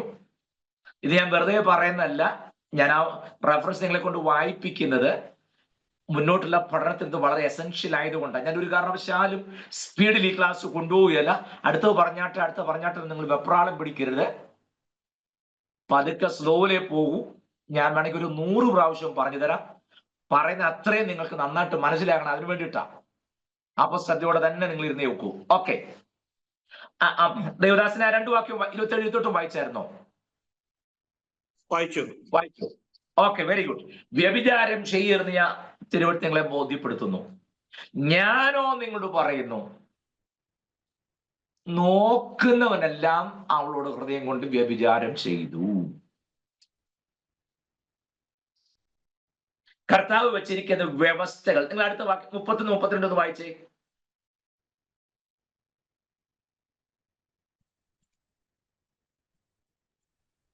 അഞ്ചിന്റെ 31-32. ആരെങ്കിലും ഭാര്യയെ ഉപേക്ഷിച്ചാൽ അവൾക്ക് ഉപേക്ഷണപത്രം കൊടുക്കട്ടെ എന്നും അരുളി ചെയ്തിട്ടുണ്ടല്ലോ. ഞാനോ നിങ്ങളോട് പറയുന്നത്, പരസംഗം ഹേതുവായിട്ടല്ലാതെ ഭാര്യയെ ഉപേക്ഷിക്കുന്നവനെല്ലാം അവളെ കൊണ്ട് വ്യഭിചാരം ചെയ്യിക്കുന്നു. ഉപേക്ഷിച്ചവനെ ആരെങ്കിലും വിവാഹം കഴിച്ചാൽ വ്യഭിചാരം ചെയ്യുന്നു. മേളുമോലെ പറഞ്ഞു വരികയാണ്. ഒന്നുകൂടെ കുരുക്കിനകത്തോട്ട് പോകുന്ന കണ്ടോ? ഞാനോ നിങ്ങളോട് പറയുന്നു. ഉപേക്ഷണ പത്രം കൊടുത്തു നിങ്ങൾ ചെയ്യുന്നല്ലോ. മോശയുടെ ന്യായപ്രമാണത്തിൽ പറഞ്ഞ കാര്യ. എന്നിട്ട് കർത്താവ് അതിനെക്കുറിച്ച് എന്താ പറഞ്ഞത്? പരസംഗ നിമിത്തമല്ലാതെ ആരെങ്കിലും ഭാര്യയെ ഉപേക്ഷിച്ചാൽ കുഴഞ്ഞില്ലേ? സ്തോത്രം. നമ്മുടെ സഭകളിലൊക്കെ ഈ വക വിഷയങ്ങളെ കുറിച്ചൊക്കെ നല്ല ടീച്ചിങ് ഉണ്ടാകണം, നല്ല ടീച്ചിങ്. ഒരു കാലത്ത് ഏറ്റവും പരിപാവനമായി കണ്ടിരുന്ന നമ്മുടെ വേർപെട്ട ദൈവമക്കളുടെ കുടുംബജീവിതത്തിൽ ഡിവോഴ്സിന്റെ പ്രളയം തന്നെ നമ്മുടെ ഇടയിൽ ഉണ്ടാകുന്നു എന്നുള്ളത് നമ്മുടെ മൂല്യച്യുതിയെ എത്രത്തോളം തകർച്ച സംഭവിച്ചു എന്നുള്ളതിന്റെ തെളിവാണത്. മനസ്സിലാവുന്നോ? ആ, പത്തനംതിട്ട ജില്ലയിൽ കുടുംബ കോടതി പോരാഞ്ഞിട്ടാണ് അടൂര് വീണ്ടും പുതിയ ഒരെണ്ണം കൂടെ തുടങ്ങിയത്. എനിക്ക് ആ ജില്ലയെ കുറിച്ച് ഓർക്കുമ്പോഴാണ് പേടി മുഴുവൻ. ഞാൻ മുൻപും പറഞ്ഞിട്ടുണ്ട് പത്തനംതിട്ട ജില്ലയുടെ പ്രത്യേകത എന്താണെന്ന്. നിങ്ങൾ ചിന്തിച്ചിട്ടുണ്ടോ അത്? പത്തനംതിട്ട ജില്ല ഒരു പുതിയ കുടുംബ കോടതിയുടെ വന്നാൽ ഇത്ര പേടിക്കാൻ എന്താ ഇരിക്കുന്ന നിങ്ങൾ ചിന്തിക്കുന്നല്ലേ? പേടിക്കണം. വേർപെട്ട പെന്തക്കോസ്ത് സഭകളുടെ എല്ലാം ഹെഡ് ക്വാർട്ടേഴ്സ് പത്തനംതിട്ട ജില്ലയിലാണ്. ഷാരോൺ സഭയുടെ ഹെഡ് ക്വാർട്ടേഴ്സ് തിരുവല്ല പത്തനംതിട്ട ജില്ല. IPZ head quarters Kumbanad Pathanamthitta ജില്ല. ബ്രദർകാരുടെ ഏറ്റവും വലിയ ഹെഡ് ക്വാർട്ടേഴ്സ് കുമ്പനാട് പത്തനംതിട്ട ജില്ല. ശരിയാണോ ഞാൻ പറഞ്ഞത്? യെസ്. ശർഷകോടിന്റെ ആസ്ഥാനം മുളക്കുഴ പത്തനംതിട്ട ജില്ലയുടെ ബോർഡറിലാണ് നിൽക്കുന്നത്. AG അത് കൊല്ലം ജില്ലയാണെങ്കിലും പത്തനാപുരം കഴിഞ്ഞ് പുനലൂർ അതും പത്തനംതിട്ടയോട് ചേർന്ന് കിടക്കുന്ന സ്ഥലം. ഏഷ്യയിലെ ഏറ്റവും വലിയ ക്രൈസ്തവ സമ്മേളനം മാരാമൻ കൺവെൻഷൻ കോഴഞ്ചേരി പത്തനംതിട്ട ജില്ലയിലാണ്. ക്രൈസ്തവ തീർത്ഥാടന കേന്ദ്രങ്ങൾ പത്തനംതിട്ട ജില്ലയിലല്ലേ? നിങ്ങൾ ആലോചിച്ചിട്ടുണ്ടോ? മഞ്ഞനിക്കര ഉൾപ്പെടെ എല്ലാ ക്രൈസ്തവ വിഭാഗങ്ങളുടെയും ആസ്ഥാന കേന്ദ്രം ഒരുപക്ഷെ പറയാം. പക്ഷെ അവിടെ തന്നെ കുടുംബ കോടതികളുടെ കേസിന്റെ എണ്ണം വർദ്ധിച്ചിട്ട് പരിഹരിക്കാൻ കഴിയാതിരുന്നത് കൊണ്ടാണ് അടൂർ വീണ്ടും അവിടെ തുടങ്ങേണ്ടതായിട്ട് വന്നത്. ഹോളുകൾക്ക് എണ്ണക്കുറവില്ല. ഒരു ചർച്ചിൽ തന്നെ 5ഉം 6ഉം പാസ്റ്റർമാരുണ്ട്. യൂത്ത് മീറ്റിംഗ് ഉണ്ട്, PYP ഉണ്ട്, CM ഉണ്ട്, YP ഉണ്ട്, എല്ലാ ഇടപാടും ഉണ്ട്. അതിനേക്കാളെല്ലാം കൂടുതൽ ഡിവോഴ്സും നടക്കുന്നു. ഞാൻ മനസ്സിലാക്കിയ ഒരു കാര്യം പറയാം. നമ്മുടെ സഭകളിലൊന്നും കുടുംബം എന്താണെന്നോ കുടുംബജീവിതം എന്താണെന്നോ ഒരൊറ്റ ചർച്ചിലും ഒരു സഭായകത്തിനും പ്രസംഗിച്ച് ഞാൻ കേട്ടിട്ടില്ല. നമ്മുടെ സഭകളുള്ളെന്ന് പറഞ്ഞാൽ ഞായറാഴ്ച അഴിക്കാൻ വേണ്ടി തന്നെ വരിക. ഞായറാഴ്ച ബന്ധനം അഴിക്കണം, ചൊവ്വാഴ്ച സഹോദരിമാരെല്ലാവരുടെ ബന്ധനം അഴിക്കും, പിന്നെ ബുധനാഴ്ച വോട്ടേജ് മീറ്റിങ്ങിന് ബന്ധനം അഴിക്കുന്നു, വെള്ളിയാഴ്ച പിന്നെ ബന്ധനം അഴിക്കൽ മാത്രമേ ഉള്ളൂ. ഞായറാഴ്ച വീണ്ടും അഴിക്കാനിരിക്കുക. ചത്ത് പെട്ടിക്കകത്തെടുത്തോണ്ട് പോകുമ്പോഴും നമ്മളിവിടെ അഴിച്ചുകൊണ്ടിരിക്കുകയല്ലാതെ പറയേണ്ട കാര്യങ്ങൾ പറയാനോ പഠിപ്പിക്കാനോ നേരെയില്ല. സ്തോത്രം. അതൊക്കെ സഭകളിൽ കുടുംബം എന്താണെന്ന് പഠിപ്പിക്കണം. കുടുംബജീവിതത്തിന്റെ ഭദ്രത എന്താണ്? മാന്യമായി ചോദിച്ച കുടുംബത്തിന്റെ ചിത്രങ്ങൾ, വേദപുസ്തകം അതിനെക്കുറിച്ച് എങ്ങനെ കാണുന്നു? നിങ്ങൾക്കറിയാമോ? സഭ എന്ന പ്രസ്ഥാനം സ്ഥാപിക്കുന്നതിന് മുന്നേ തന്നെ ദൈവം ഭൂമിയിൽ ഒന്നാമതായി സ്ഥാപിച്ച സ്ഥാപനമാണ് കുടുംബം. അതിനർത്ഥം കുടുംബം കഴിഞ്ഞേ സഭയുള്ളെന്നാ. ചിലർക്ക് സഭ കാരണം കുടുംബം ഒരു വിഷയമേ അല്ലാതെ വരിക. No, absolutely wrong. കുടുംബം കഴിഞ്ഞേ സഭയുള്ളൂ. മനസ്സിലാകുന്നോ? Yes, it is very very important. പ്രാർത്ഥനയ്ക്ക് അവസരമുണ്ടാകാൻ പരസ്പര സമ്മതത്തോടല്ലാതെ വേറിട്ടിരിക്കരുത്. എന്ന് പറഞ്ഞാൽ ഒറ്റയ്ക്ക് നിന്ന് പ്രാർത്ഥിക്കണം എന്നൊരാൾക്ക് തോന്നിയാൽ അത് തമ്മിൽ പങ്കാളിയോട് ചോദിച്ചിട്ട് പെർമിഷൻ മേടിച്ചിട്ട് ഒറ്റയ്ക്ക് നിന്ന് പ്രാർത്ഥിച്ചു. അത് കഴിഞ്ഞ ഉടനെ തമ്മിൽ ചേർന്നിരിക്കണം. മൊബൈലിനകത്തൂടെ അങ്ങോട്ടും ഇങ്ങോട്ടും കാണുന്ന കാര്യമല്ല ഞാൻ പറഞ്ഞു. മനസ്സിലായോ? അത്രയ്ക്ക് ഇമ്പോർട്ടൻ്റ് ആണ് കുടുംബം. സ്തോത്രം. വെറി ഈസി ആയിട്ട് നിങ്ങൾ ഇതിന്റെ ഗൗരവം അറിയുന്നത് എനിക്ക് അറിഞ്ഞുകൂടാ. ഞാനൊരു കാര്യം പറയാം, നമ്മുടെ വിഷയം അല്ലെങ്കിൽ പോലും ഏതായാലും ഇങ്ങനെ അങ്ങ് പൊക്കോട്ടെ. ഈ ദൈവസന്നിധിയിൽ വധൂവരന്മാർ എഴുന്നേറ്റ് നിന്ന് നിയമിക്കപ്പെട്ട ദൈവദാസൻ അവർ വലങ്കരങ്ങളെ ചേർത്ത് പിടിച്ച് ഉഭയസമ്മതം ചെയ്യുന്ന ഒരു രംഗമുണ്ട്. ആ സമയത്ത് വലങ്കരം കൊടുത്തിട്ട് പറയും. ഇപ്പൊ ഞാൻ പറയുകയാണെങ്കിൽ, ഷാജിയാകുന്ന ഞാൻ, ഷേലയാകുന്ന നിന്നെ ഇന്നു മുതൽ എൻ്റെ വിശുദ്ധ വിവാഹ ഭാര്യയായി സ്വീകരിച്ചു കൊള്ളുന്നു. ജീവിതത്തിൽ ദൈവം തരുന്ന സുഖത്തിലും ദുഃഖത്തിലും സന്തോഷത്തിലും സന്താപത്തിലും ഉയർച്ചയിലും താഴ്ചയിലും രോഗത്തിലും ആരോഗ്യത്തിലും സമ്പത്തിലും ദാരിദ്ര്യത്തിലും ദൈവം നമുക്ക് നൽകുന്ന ജീവിതത്തിന്റെ എല്ലാ അവസ്ഥയിലും ഞാൻ നിന്നെ സ്നേഹിച്ച് ബഹുമാനിച്ച് ആദരിച്ച് പോറ്റി പുലർത്തി ഒരു ഉത്തമ ഭർത്താവിന്റെ എല്ലാ കടപ്പാടുകളും തിരുവഴുത്തുകളും പ്രകാരം നിർവഹിച്ച് മരണപര്യന്തം നിന്നോട് വിശ്വസ്തനായിരിക്കുമെന്ന് സ്വർഗത്തിലെ ദൂതന്മാരെയും ബഹുമാന്യ സ്ഥലത്തിനെ സാക്ഷി നിർത്തി പിതാവിന്റെയും പുത്രന്റെയും പരിശുദ്ധാത്മാവിന്റെ നാമത്തിൽ ഞാൻ നിന്നോട് ഉഭയസമ്മതം ചെയ്യുന്നു.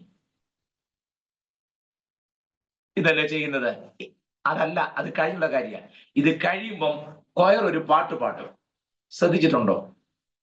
സ്വർപ്പുരമേ ഉടമ്പടിക്ക് സാക്ഷി നിൽക്കുന്ന എൻ മനമേ, സ്വർഗസ്ഥനീ ദമ്പതികൾക്ക് ആശീർവാദം ഏകിടട്ടെ. അടുത്ത ലൈൻ, ഭാഗ്യനാൾ ഭാഗ്യനാൾ ദൈവം സംയോജിപ്പിച്ച നാൾ. Listen me carefully. ഈ വിവാഹ ശുശ്രൂഷ നടക്കുമ്പോൾ ക്ഷണിക്കപ്പെട്ട 800 1000 ആളുകൾ സാക്ഷി നിൽക്കുന്നു. ശുശ്രൂഷകന്മാരായ ദൈവദാസന്മാർ സാക്ഷി നിൽക്കുന്നതിനേക്കാൾ ഉപരിയായി ഇവർ ഈ വലങ്കരം കൊടുത്ത് ഉഭയസമ്മതം ചെയ്തപ്പോൾ അതിന് സാക്ഷി നിന്നത് ആരൊക്കെയാണെന്നുള്ളത് ശ്രദ്ധിക്കണം. ശുശ്രൂഷ ദൈവദാസന്മാർ, സ്വർഗത്തിലെ ദൂതന്മാരും ബഹുമാന്യ സദത്തും സാക്ഷികൾ. ഈ ശുശ്രൂഷയ്ക്ക് സാക്ഷി നിന്നത് സ്വർഗമാണ്. ദൈവം യോജിപ്പിച്ചപ്പോൾ അതിന് സാക്ഷികളായിട്ട് നിന്നത് സ്വർഗത്തിലെ ദൂതന്മാരും. ദൈവം തന്നെ സാക്ഷി നിന്ന് യോജിപ്പിച്ച ഈ ബന്ധത്തിൽ നിന്ന് വേർവിടാൻ സാക്ഷി പറയാൻ 2 പേര് ആധാർ കാർഡ് വന്ന് ഒപ്പിട്ടച്ച് ഇറങ്ങിപ്പോകുമ്പോൾ ദൈവസ്ഥലിൽ വെച്ച് ഉടമ്പടി ചെയ്തപ്പോൾ അതിന് സാക്ഷ്യം നിന്ന കക്ഷികൾ ആരൊക്കെയാണെന്ന് ഓർക്കണം. മനസ്സിലാകുന്നുണ്ടോ അതിന്റെ ഗൗരവം? Praise the Lord.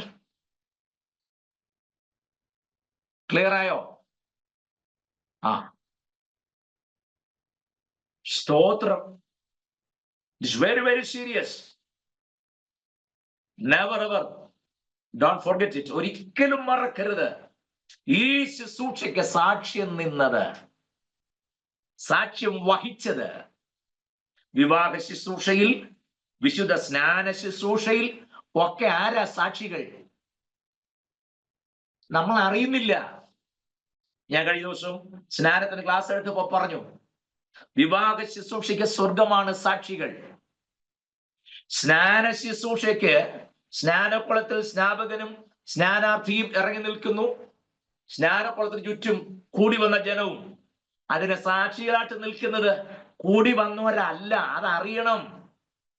ഒരു സ്നാന ശുശ്രൂഷ നടക്കുമ്പോൾ യോഹന്നാൻ 1 ലേഖനം 5 അധ്യായം 7-8 വാക്യങ്ങൾ ഇങ്ങനെയാണ്: സാക്ഷ്യം പറയുന്നവർ 3 ഉണ്ട്, ആത്മാവ്, ജലം, രക്തം. ഈ 3ന്റെയും സാക്ഷ്യം ഒന്ന് തന്നെ. നിങ്ങൾ വാക്കെടുക്കണം, ഞാൻ പറയാം. നിങ്ങൾ മനസ്സിൽ കണ്ടു നോക്കിയേ. ഒരു സ്നാനക്കുളം, സ്നാപകൻ ഇറങ്ങി നിൽക്കുന്നു, സ്നാനാർത്ഥി ഇറങ്ങി നിൽക്കുന്നു, വെള്ളത്തിൽ ഇറങ്ങി നിൽക്കുക. ഈ സമയത്ത് 3 കൂട്ടര് സാക്ഷ്യം പറയുന്നു. ആരൊക്കെ? ആത്മാവ്, ജലം, രക്തം. സ്നാനത്തിന് വേണ്ടി വെള്ളത്തിൽ ഇറങ്ങി നിൽക്കുമ്പോൾ 3 കൂട്ടരുടെ സാക്ഷ്യം. നിങ്ങൾ ഈ സ്നാനക്കടവിലേക്ക് നോക്കാതെ സ്നാനത്തിന് വേണ്ടി നിങ്ങൾ ആ കുളക്കടവിൽ വന്ന് ആ വെള്ളത്തിലേക്ക് ഇറങ്ങുമ്പോൾ സ്വർഗത്തിൽ നടക്കുന്ന ആഘോഷം അതൊന്ന് മനസ്സിൽ കാണണം. സ്വർഗത്തിലെ സകല ദൂതന്മാരും കുനിഞ്ഞു നോക്കുന്ന ഏറ്റവും ശ്രേഷ്ഠകരമായ ശുശ്രൂഷ. കെറൂബുകളുടെയും സറാഫുകളുടെയും ദൂതന്മാരുടെയും ആരാധനാ പാത്രമായിരുന്നവൻ മാനുഷ്യ വേഷമെടുത്ത് ലോകത്തിൽ വന്ന് തന്റെ ശരീരം ചിഹ്നഭിന്നമായി ചിതറപ്പെട്ട് അവസാനത്തുള്ള രക്തം വരെ ഊറ്റി വീണ്ടെടുപ്പെന്ന പ്രക്രിയ പൂർത്തീകരിച്ചെടുത്തതിന്റെ നിദാനം എന്ന വണ്ണം ദൈവസഭയിലേക്ക് ഒരു കല്ലും കൂടെ ചേർത്ത് പണിയപ്പെടുന്നു. ഒരാളുടെ പേരും കൂടെ പുസ്തകത്തിൽ എഴുതി ഉറപ്പിക്കുന്ന ശ്രേഷ്ഠകരമായ ശുശ്രൂഷ ഭൂമി നടക്കുമ്പോൾ അത് അരക്കിട്ടുറപ്പിക്കാൻ ദൂതന്മാർ റെഡിയായിട്ട് നിൽക്കുക. സ്വർഗത്തിൽ നടക്കുന്ന സന്തോഷം ചെറുതാണോ? ആ ശുശ്രൂഷ നടക്കുമ്പോൾ 3 കൂട്ടരുടെ സാക്ഷ്യം.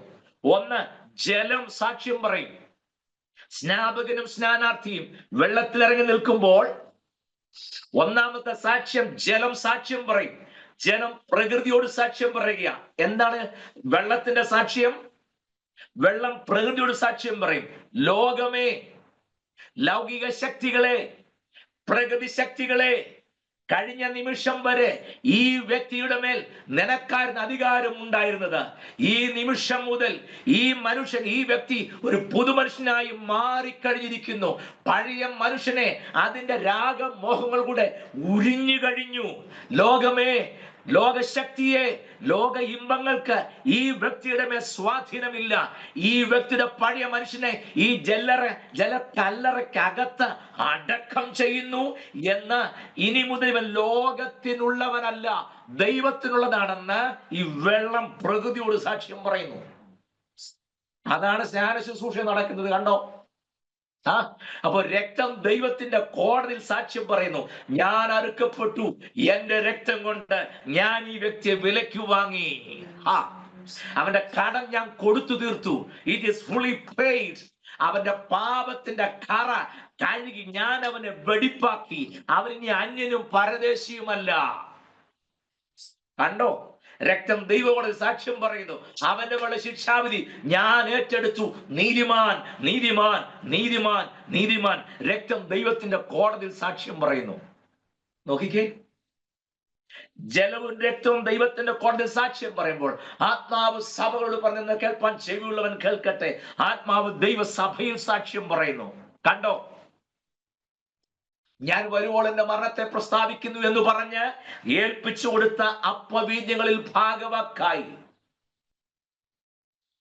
ആ കൂട്ടായ്മയിൽ പങ്കുചേരുവാൻ ജീവനുള്ള ഒരു കല്ലും കൂടെ എടുത്തു വെച്ച് ദൈവസഭയുടെ പണി ഞാൻ പൂർത്തീകരിക്കുന്നു എന്ന് സഭയുടെ പണി നടത്തുന്ന പരിശുദ്ധാത്മാവ് ദൈവസഭയിൽ സാക്ഷ്യം പറയുന്നു.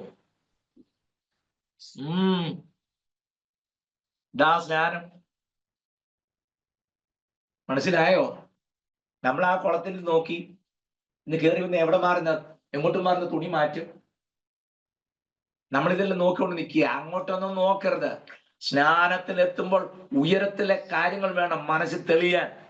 അവിടെ ഭയങ്കര ആഘോഷമാണ്. കാരണം എന്താ? പുത്രൻ നിന്ന് കയറി അവിടെ ചെന്നു. അവിടെ ചെന്നപ്പോഴും കൈകാലിൽ ഒരു ആണിപ്പാട് ഇപ്പോഴും ഉണ്ട്, അത് പോയിട്ടില്ല. യെസ്, മനസ്സിലായോ?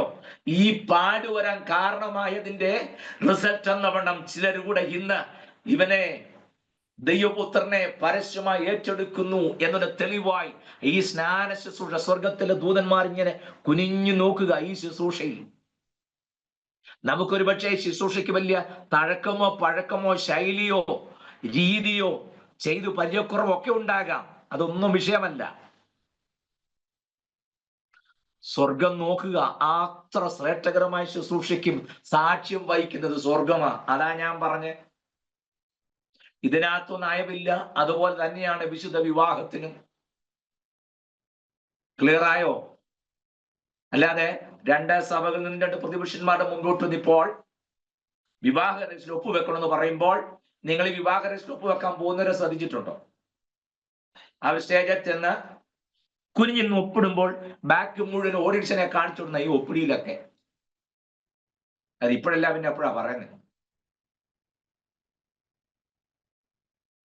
എന്ന് നമുക്ക് ഈ ബോധമൊക്കെ ഉണ്ടാവുന്ന ആർക്കറിയാം? അപ്പുറത്ത് നിന്ന്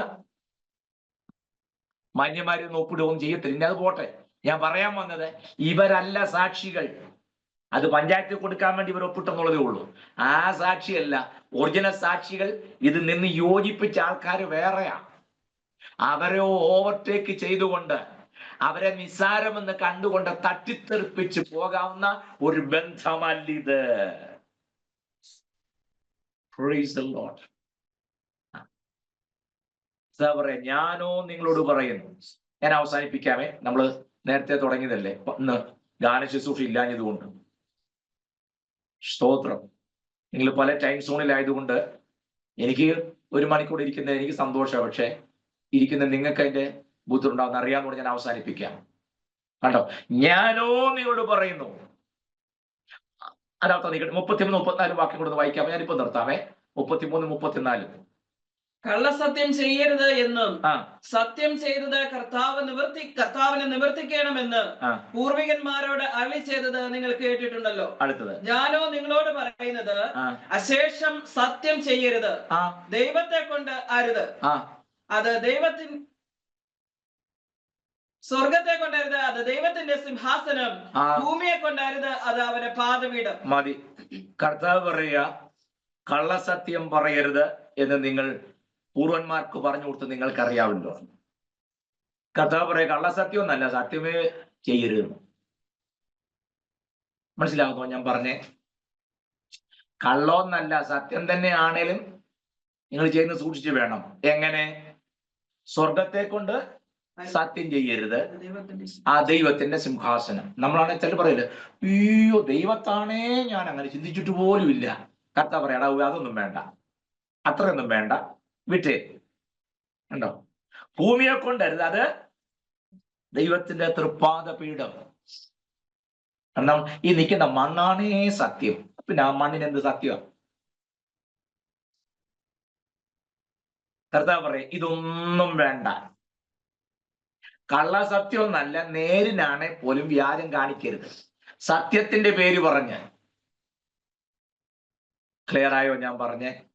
നോക്കിക്കേ, അവിടെ എല്ലാം അധികാരമുള്ള കർത്താവ് കൂട്ടിച്ചേർക്കുന്നത് കണ്ടോ? സത്യമായിട്ട് ഞാൻ ചെയ്തേക്കാമേ, സത്യമായിട്ട് ഞാൻ പറഞ്ഞേക്കാന്ന് ചെല്ലു പറയല്ലേ?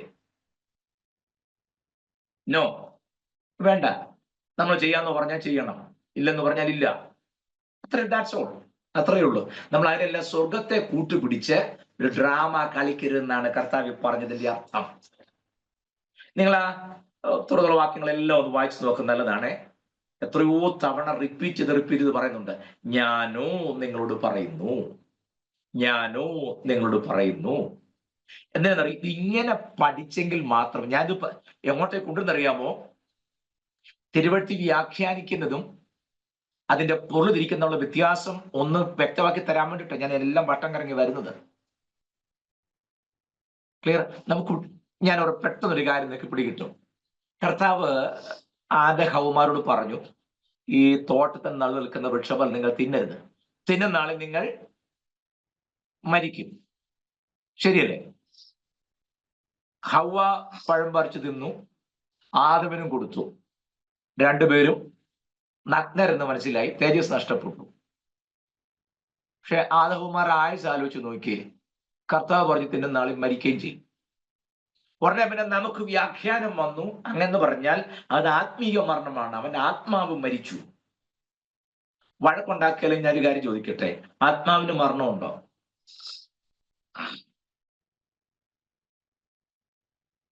പിന്നെ തീർന്നില്ലേ? അവന് സ്പിരിച്വലി ഡെപ്ത് എന്നൊക്കെ പറഞ്ഞാണ് തിയോളജിക്കകത്ത് പോണേ.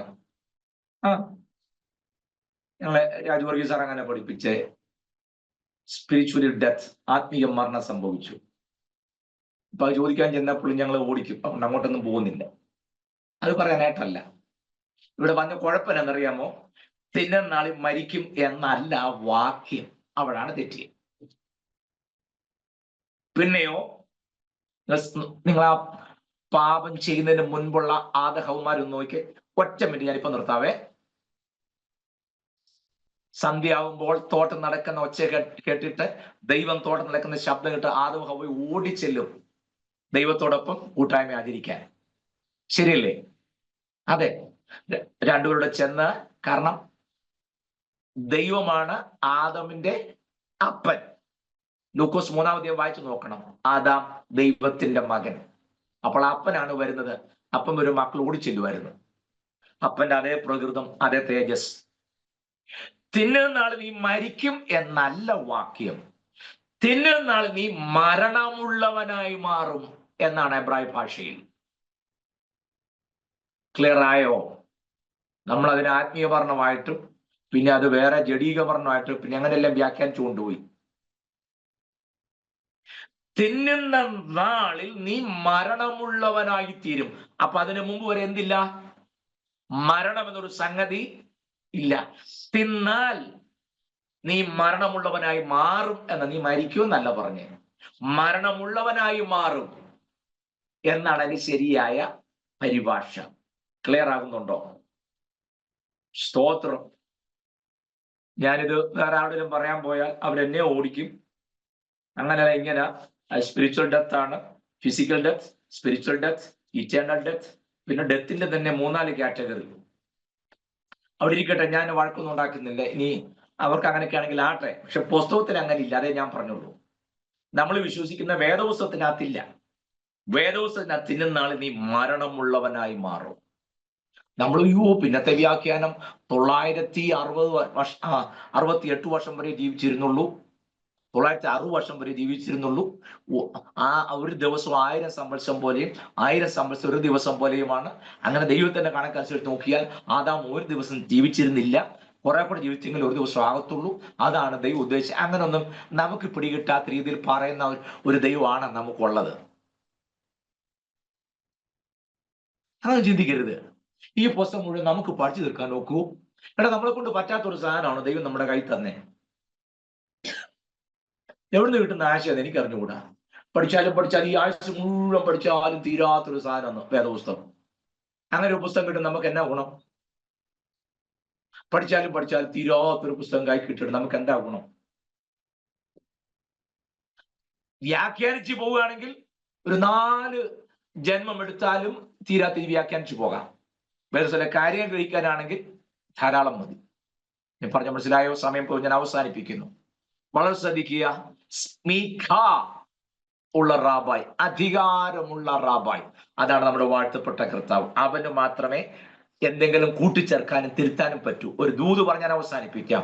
ജീവിതത്തിൽ ഏതെങ്കിലും തിരുത്തലുകൾ ആവശ്യമുണ്ടെങ്കിൽ, ഏതെങ്കിലും നിയമത്തെ മാറ്റിമറിക്കണമെന്നുണ്ടെങ്കിൽ, ഏതെങ്കിലും നിയമം നമുക്ക് വേണ്ടി ഒന്ന് അനുകൂലമാക്കണമെന്നുണ്ടെങ്കിൽ, ഏതെങ്കിലും നിയമങ്ങൾ നമുക്കൊന്ന് തിരുത്തണമെന്നുണ്ടെങ്കിൽ, ഇവിടെ ആർക്കും അത് കഴിയാതിരിക്കുമ്പോൾ കഴിയുന്ന ഒരുത്തനെയാണ് ഞാനും നിങ്ങളും സേവിക്കുന്നത്. നിങ്ങളുടെ ജീവിതത്തിലെ ഏത് മേഖലയിലാണോ ദൈവം ആ നിയമങ്ങൾ തിരുത്തേണ്ടതായിട്ടുള്ളത്, നിങ്ങളുടെ ജീവിതത്തിന്റെ ഏത് മേഖലയിലാണോ ദൈവത്തിന് ആ പ്രവൃത്തി ചെയ്യേണ്ടതായിട്ടുള്ളത്, ദൈവത്തിന് ആ സാഹചര്യം വിട്ടുകൊടുക്കുക. ദൈവം അത് നന്നായി ചെയ്യും. അവന്റെ കരം കുറുതായി പോയിട്ടില്ല, രക്ഷിപ്പാൻ കഴിയാതെ വണ്ണം. അവന്റെ കരം കുറുതായിട്ടില്ല, കേൾപ്പാൻ കഴിയാതെ വണ്ണം. കാതുമന്നുമായിട്ടുമില്ല. കർത്താവിന്റെ കരങ്ങളിൽ നമ്മെ തന്നെ സമർപ്പിക്കാം, നമ്മെ ഏൽപ്പിച്ചു കൊടുക്കാം.